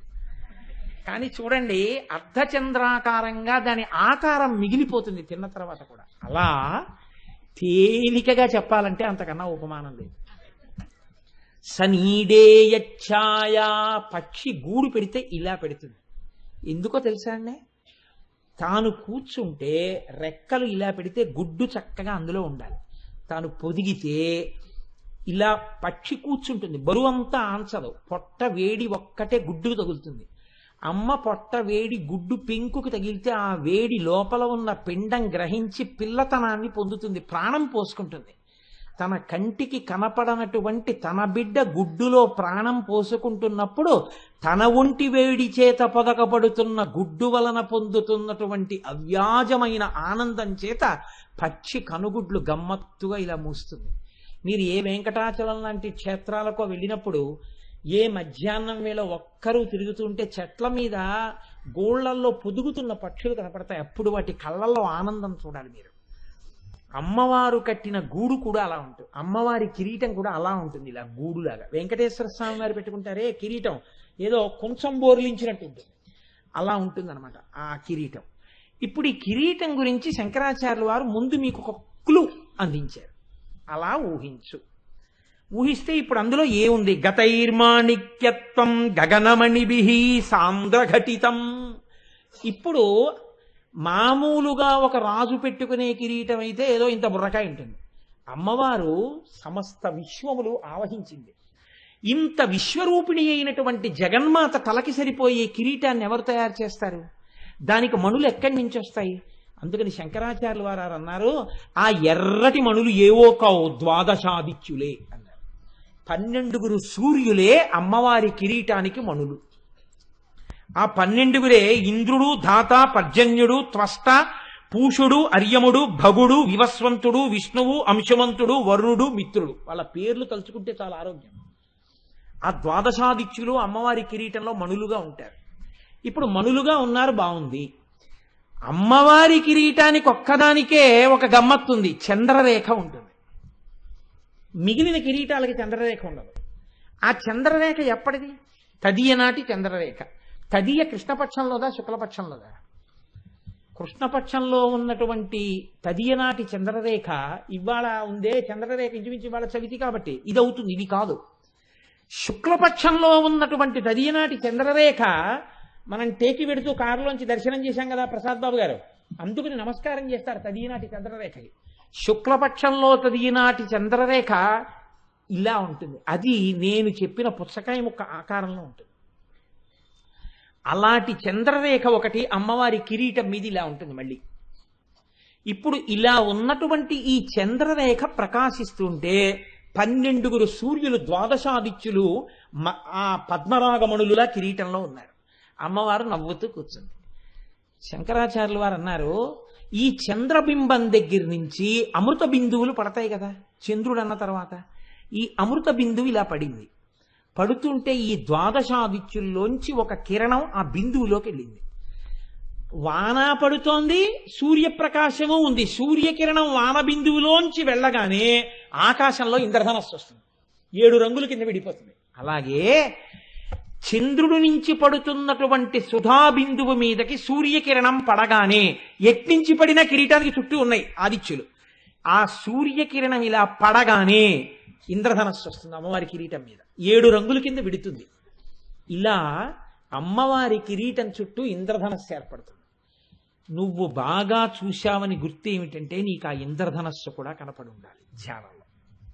లేకపోతే ఈ చంద్రరేఖ నుంచి పడుతున్న సుధాబిందువు సూర్యకిరణం అలా వెళ్ళడం, అందులోంచి విడిబడి ఇంద్రధనస్సు కూడా పడడం జరిగింది అంటే నువ్వు బాగా ధ్యానం చేశావు. ఇలా బాగా ధ్యానం చేసిన వాడికి ఇంద్రధనస్సు అన్నది కొత్తగా కనపడింది. అది ఇంద్రధనస్సు అని శంకరాచార్యులు వారు చెప్పరు. ఎంత రహస్యనామం వాడారో తెలుసా అండి ఆయన? శౌనాసీరం అన్నారు. శౌనాసీరం అన్న మాట ఇంద్రుడికి అమరకోశంలో వాడారు. సైన్యంలో ముందుండి యుద్ధం చేస్తాడు కాబట్టి, ముందు గొప్ప సైన్యం ఉంచుతాడు కాబట్టి ఆయనకి శౌనాసీరం అని పేరు. ఇంద్రుడి యొక్క ధనస్సు ఎలా ఉంటుందో అలా 7 రంగులు విడిపైన ఇంద్రధనస్సు ఏర్పడుతుంది. అంటే మీరు నిజంగా ఇప్పుడు ధ్యానం చేయడానికి ఒక గొప్ప అవకాశాన్ని శంకరాచార్యుల వారు మీకు ఇచ్చేశారు. ఇప్పుడు మీరు కళ్ళు మూసుకొని అమ్మవారి బంగారు కిరీటం, అందులో మణులు, పైన చంద్రరేఖ. లోకంలో ఉండేటటువంటి సంప్రదాయం ఏమిటంటే చంద్రుడు స్వయం ప్రకాశకుడు కాడు, సూర్యుడు స్వయం ప్రకాశకుడు. సూర్యుని కిరణాలు చంద్రుడి మీద పడితే చంద్రుడు ప్రకాశిస్తాడు. శంకరాచార్యులు వారు అంటున్నారు చంద్రుడి యొక్క ప్రకాశం చేత సూర్యుడి యొక్క ప్రకాశం కలిస్తే ఇంద్రధనస్సు వస్తుంది అంటున్నారు. ఆయన అమ్మవారి అనుగ్రహం వల్ల ఏమైందంటే చంద్రుడు గొప్ప స్థాయిలోకి వెళ్ళిపోయాడు. ఇప్పుడు శంకరుడికి సూర్యశేఖరుడు అని పేరుంది, చంద్రమౌళీశ్వరుడు అని పేరుంది. ఇప్పుడు శంకరాచార్యులు వారు ఈ శ్లోకంలో రహస్యంగా అమ్మవారిని సూర్య చంద్రమౌళీశ్వరి అని నామకరణం చేశారు. ఇప్పుడు ఇలా అనడం వల్ల మీకేం తెలిసింది? అమ్మవారు సూర్యచంద్రమౌళీశ్వరి. ఇప్పుడు మీకు తెలియకుండానే ఈ నామం మీరు పలికేశారు. చంద్రమౌళీశ్వరుడి భార్య చంద్రమౌళీశ్వరి.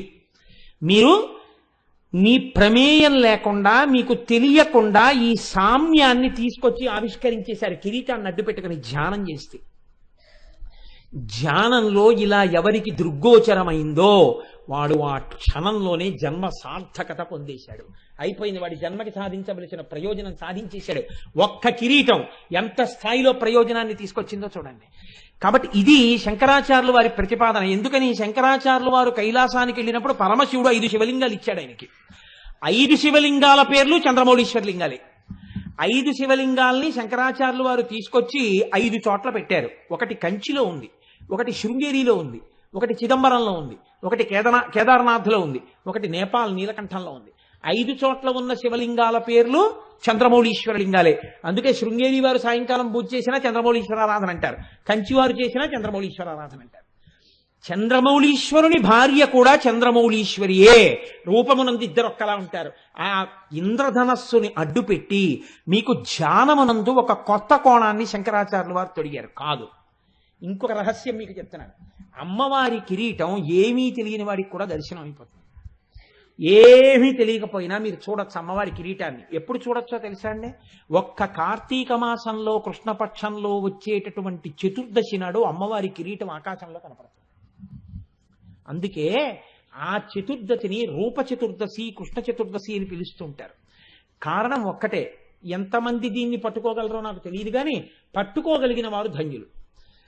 ఒక రాశి చక్రంలో సూర్యచంద్రులు ఇద్దరూ ఎప్పుడూ అమావాస్య నాడు 1 డిగ్రీ దగ్గరే ఉంటారు. అంటే 1 బిందువు దగ్గరే ఉంటారు. అలా గోపాలకృష్ణ గారు నాకు సుతముఖాన్ని అలా బోర్డు ఇస్తే బాగుంది. ఇప్పుడు ఇది ఒక రాశి చక్రం అనుకోండి. రాశి చక్రం అయితే ఈ రాశి చక్రంలో అమావాస్య తిథి నాడు సూర్యచంద్రులు ఇద్దరు ఇక్కడ ఉంటారు. నేను చెప్పేది వినపడుతోందండి? ఇటు తిరిగి చెప్పడంలో ఇద్దరు ఇక్కడ ఉంటారు. ఉంటే ఒక నెలలో 2 పక్షాలు ఉంటాయి, శుక్లపక్షం, కృష్ణపక్షం. శుక్లపక్షంలో 15 తిథులు ఉంటాయి, కృష్ణపక్షంలో 15 తిథులు ఉంటాయి. శుక్లపక్షంలో ఈ తిథి ప్రారంభం అవగానే ఒక తిథి వస్తే పాడ్యమి వచ్చిందనుకోండి, చంద్రుడు 13 డిగ్రీలు పెడతాడు, అంటే ఇక్కడికి వస్తాడు.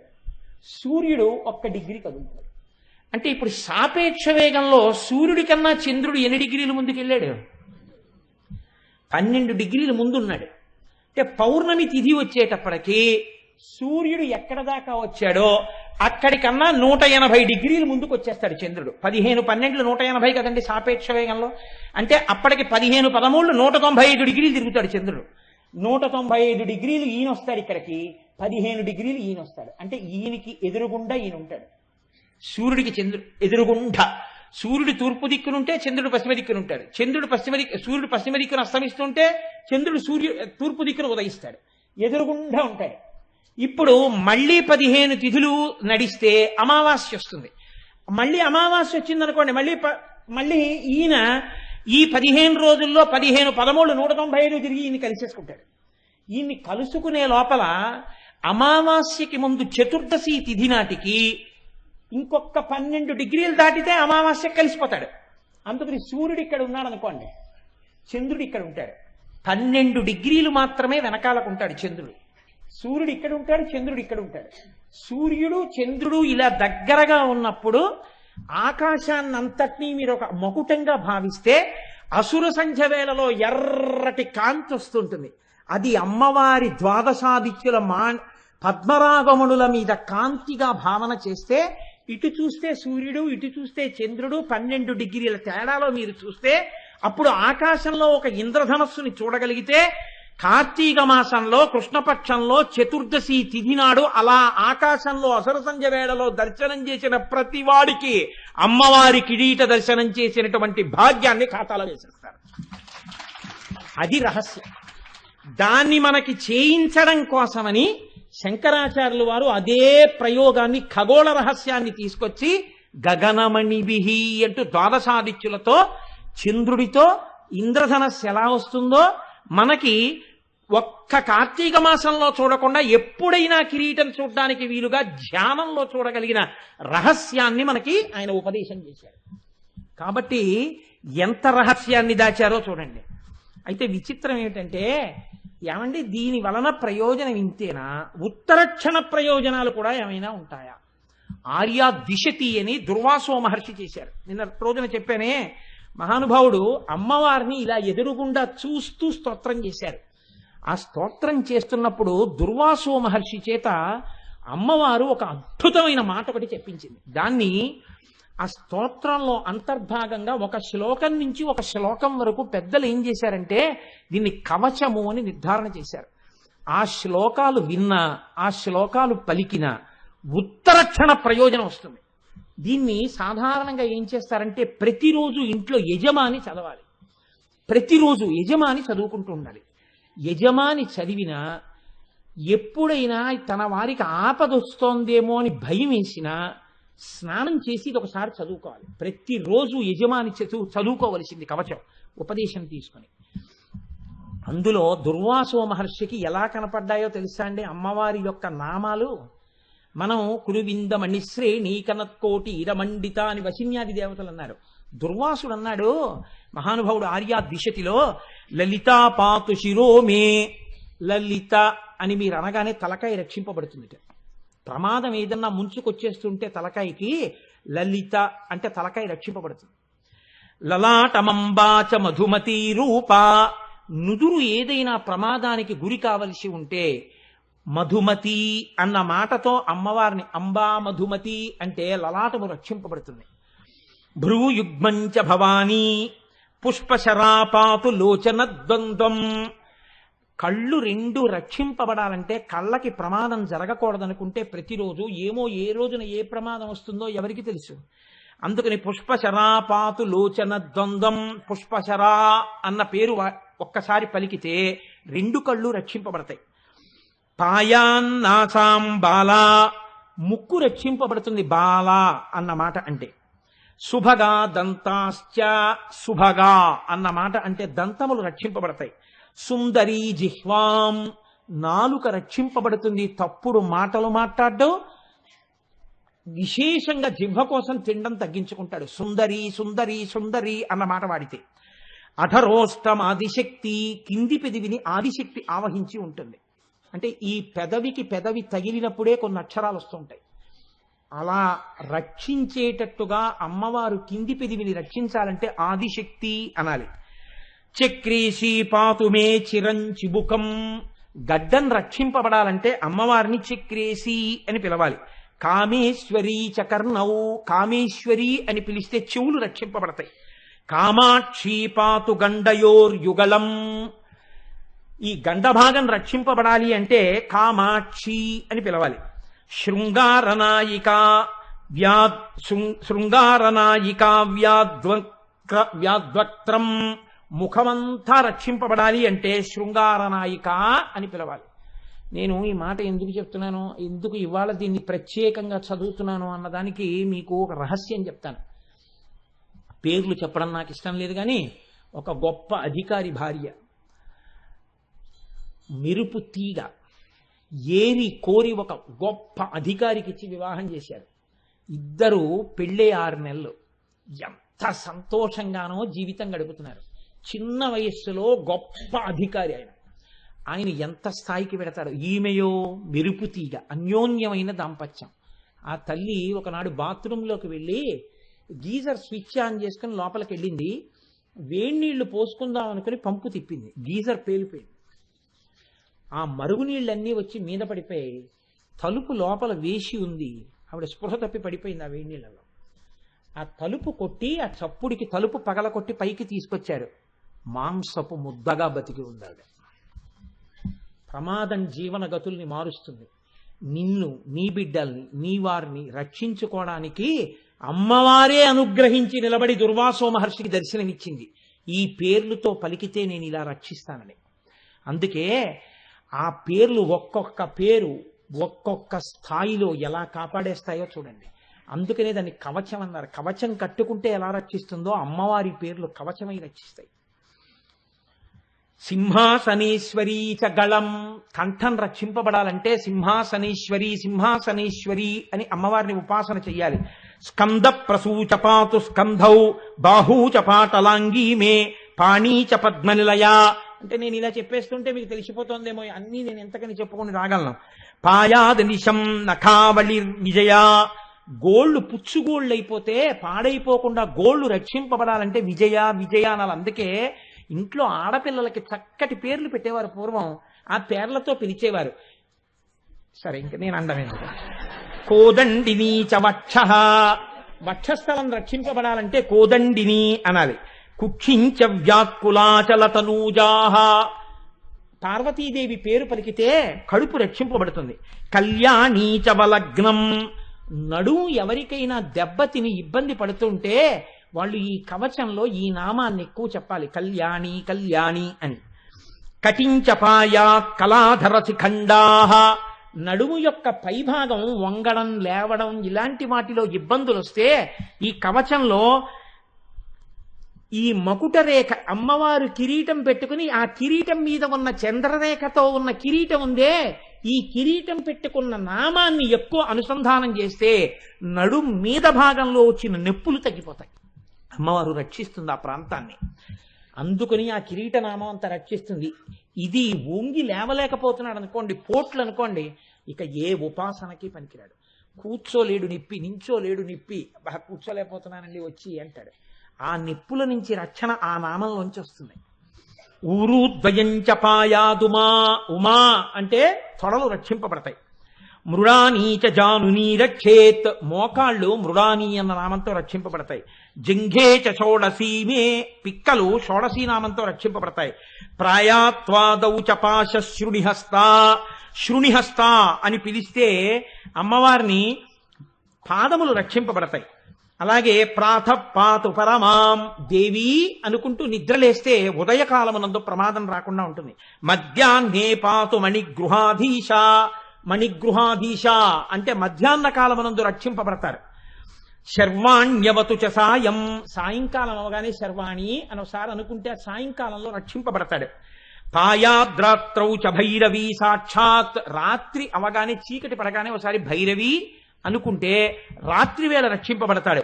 భార్యాం రక్షతు గౌరీ, గౌరీదేవిని ఒక్కసారి పూజామందిరంలో యజమాని రోజు ఈ కవచం చదివితే, గౌరీ ఈ శ్లోకాల్ని చదివితే చాలండి, చదువుతుంటే గౌరీ అనడం వల్ల భార్య రక్షింపబడుతుంటుంది. అలాగే పాయాత్ పుత్రాంశ్చ బిందు గృహపీఠ, కొడుకులు కూతుళ్ళు రక్షింపబడతారు. రోజు యజమాని పూజాగృహంలో బిందు గృహపీఠ అనోసారంటే. అలాగే శ్రీ విద్యా చ యశోమే, శ్రీ విద్య అని పిలిస్తే, మా గోపి గారి కూతురు పేరు శ్రీ విద్య అని పిలిస్తే మంచి కీర్తివంతుడవుతాడు. అందుకే మా గోపి గారికి అంత కీర్తి అనుకుంటాను, అనురాధ గారికి. శీలం చావ్యాచిరం మహారాజ్ఞి, ఎవరైనా సరిగ్గా నడుబడి లేక పాడవుతున్న వాళ్ళుంటే యజమాని రోజు ఇది చదివితే ఇంట్లో వాళ్ళ ప్రవర్తన చక్కదిద్దబడుతుంది. ఎందుకని మహారాజ్ఞి అన్న పేరు అనుసంధానం చేస్తే సరి అయినటువంటి నడువడి వస్తుంది. పవనమయి పావకమయి క్షోణిమయి వ్యోమమయి కృపీటమయి రవిమయి శశిమయి దిగ్మయి సమయమయి ప్రాణమయి శివే పాహి, రోజు ఈ మాట చెప్పాలి. అమ్మా నువ్వే పంచభూతములు, నువ్వే సూర్యుడు, నువ్వే చంద్రుడు, నువ్వే సోమయాజి, కాళి కపాలిని శూలిని భైరవి మాతంగి పంచమి త్రిపురే వాగ్దేవి వింధ్యవాసిని బాలే భువనేసి పాలయ చిరమ్మాం అని రోజు ఎవరు పూజలో యజమాని అంటున్నాడో ఆ యజమాని కుటుంబము అమ్మవారి చేత రక్షింపబడుతుంటుంది. ఇదే దేవీ భాగవతంలో వ్యాసుడు సర్వదా సర్వదేశేషు పాతుత్వాం భువనేశ్వరి మహామాయా జగద్ధాత్రి సచ్చిదానంద రూపిణి అంటాడు. అంత గొప్ప నామములు. అమ్మవారి కిరీటంతో ఉన్న నామాన్ని తలుచుకుంటే, ఆ చంద్రఖండంతో ఉన్న నామాన్ని నడుము యొక్క పైభాగం రక్షింపబడుతోంది. ఇది శరీరమునకు సంబంధించినటువంటి ప్రయోజనం. మూక పంచశతిలో శంకరులు చెప్పిన ఒక్క శ్లోకాన్ని చెప్పిన ఉపన్యాసాన్ని పూర్తి చేస్తానా? 5 నిమిషాలు దాటితే మన్నించండి. కుతుక జుషి కాంచి దేశే కుముద తపో రాశి పాకశేఖరితే కురితే జనో మనోయం కులగిరి పరిభృడ కులైకమణి దీపే అంటారు. అందులో ఆయన అంటారు, అమ్మా కంచి క్షేత్రంలో తిరగడంలో చాలా ప్రీతి పొందినటువంటి తల్లి ఎవరావిడ? కామాక్షి. అమ్మా నువ్వు ఎలా ఉన్నావో తెలుసా? నల్ల కలువలు చేసినటువంటి తపస్సుకి ఫలితమా అన్నట్టుగా ఉన్నావమ్మా అన్నారు. అంటే కలువ పూలు చంద్రుడు ప్రకాశిస్తే తప్ప విచ్చుకోవు. అమ్మవారి కిరీటం మీద చంద్రరేఖ ఉంటుంది. అందుకనిట కలువ పూలు ఎప్పుడు తపస్సు చేస్తాయిట కామాక్షి దర్శనం కావాలని. కామాక్షి దర్శనం ఎదురుకుండా అవుతోందనుకోండి, సూర్యబింబం ఉన్న వాళ్ళకేం బాధ లేదు. ఎందుకంటే అమ్మవారి కిరీటంలో సూర్యుడు ఉన్నాడు, చంద్రుడు ఉన్నాడు. ఆ చంద్రబింబం కాంతులకి విచ్చుకుని ఉంటాయి. అమ్మవారి అనుగ్రహంతో సూర్యుడి వలన ఇబ్బంది పొందావు. అమ్మ నీ కిరీటానికి ఆ శక్తి ఉందమ్మా. అందుకని కలువలు నీ కిరీట దర్శనం కోసం తపస్సు చేస్తున్నాయి. కాబట్టి కురితేజనో మనోయం, ఒక కలవ పువ్వు సూర్యుడికి ముడుచుకుంటుంది, చంద్రుడికి విచ్చుకుంటుంది. కానీ నీ కిరీటాన్ని ధ్యానం చేసిన కలవ పువ్వు ఎప్పుడూ విచ్చుకోగలిగిన శక్తి పొందితే నా మనస్సు ఆ కిరీటం మీద పెట్టుకుంటే తల్లి నేను ఎటువంటి స్థితిని పొందుతాను? అమ్మా నువ్వెవరో తెలుసా? కులగిరి పరిభృఢ కుల ఈకమణి దీపే, పర్వతములకు సార్వభౌముడైనటువంటి వాడు హిమవంతుడు. అటువంటి హిమవంతుని యొక్క ఇంటిలో పుట్టినటువంటి మణిదీపానివి తల్లి. ఆయన పర్వతాలకే సార్వభౌముడు. నువ్వో ఇంట పుట్టిన ఆడపిల్లవి, సమస్త బ్రహ్మాండములకు సార్వభౌమత్వాన్ని పొందినటువంటి దానివి. తాను సార్వభౌముడు పర్వతాలకే, తన కడుపున పుట్టిన బిడ్డో మొత్తం బ్రహ్మాండము పట్ల సార్వభౌమాధికారం పొందింది. ఇప్పుడు ఆ తండ్రి ఎంత పొంగిపోతాడమ్మా? పర్వతం అయితే మాత్రమేమ్మా. ఈ సార్వభౌమత్వం దేని చేత ప్రకటనమైంది? హిమాలయ పర్వతాలు పెద్ద శిఖరాన్ని కిరీటంగా పెట్టుకుంటే అమ్మవారు సూర్యచంద్రుల్ని తీసుకొచ్చి కిరీటంలో పెట్టు కూర్చుంది. అటువంటి కూతుర్ని కన్నందుకు ఆ తండ్రి ఎంత మురిసిపోతున్నాడో. నీకు తండ్రినైతి నాకింత చాలదే, ఇది మహాద్భుతం భుజిందువదన అన్నాడు.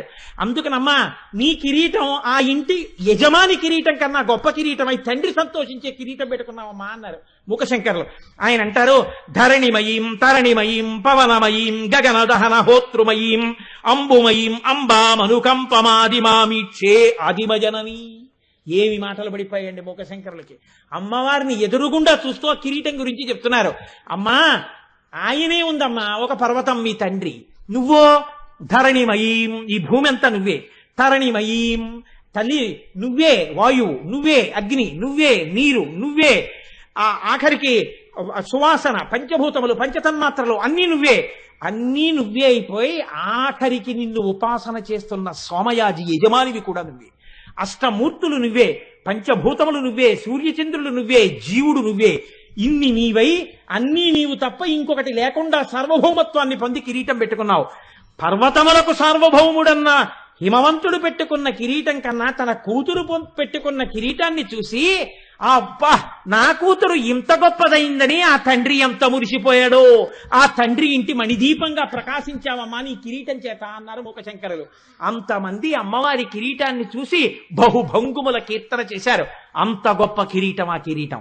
అందుకనే ఒక్కసారి ఆ కిరీటాన్ని తలుచుకుంటే చాలు మనందరం ఆనంద తన్మయత్వాన్ని పొందుతాం. కురువిందమణి శ్రేణి కనత్కోటి ఇరమండిత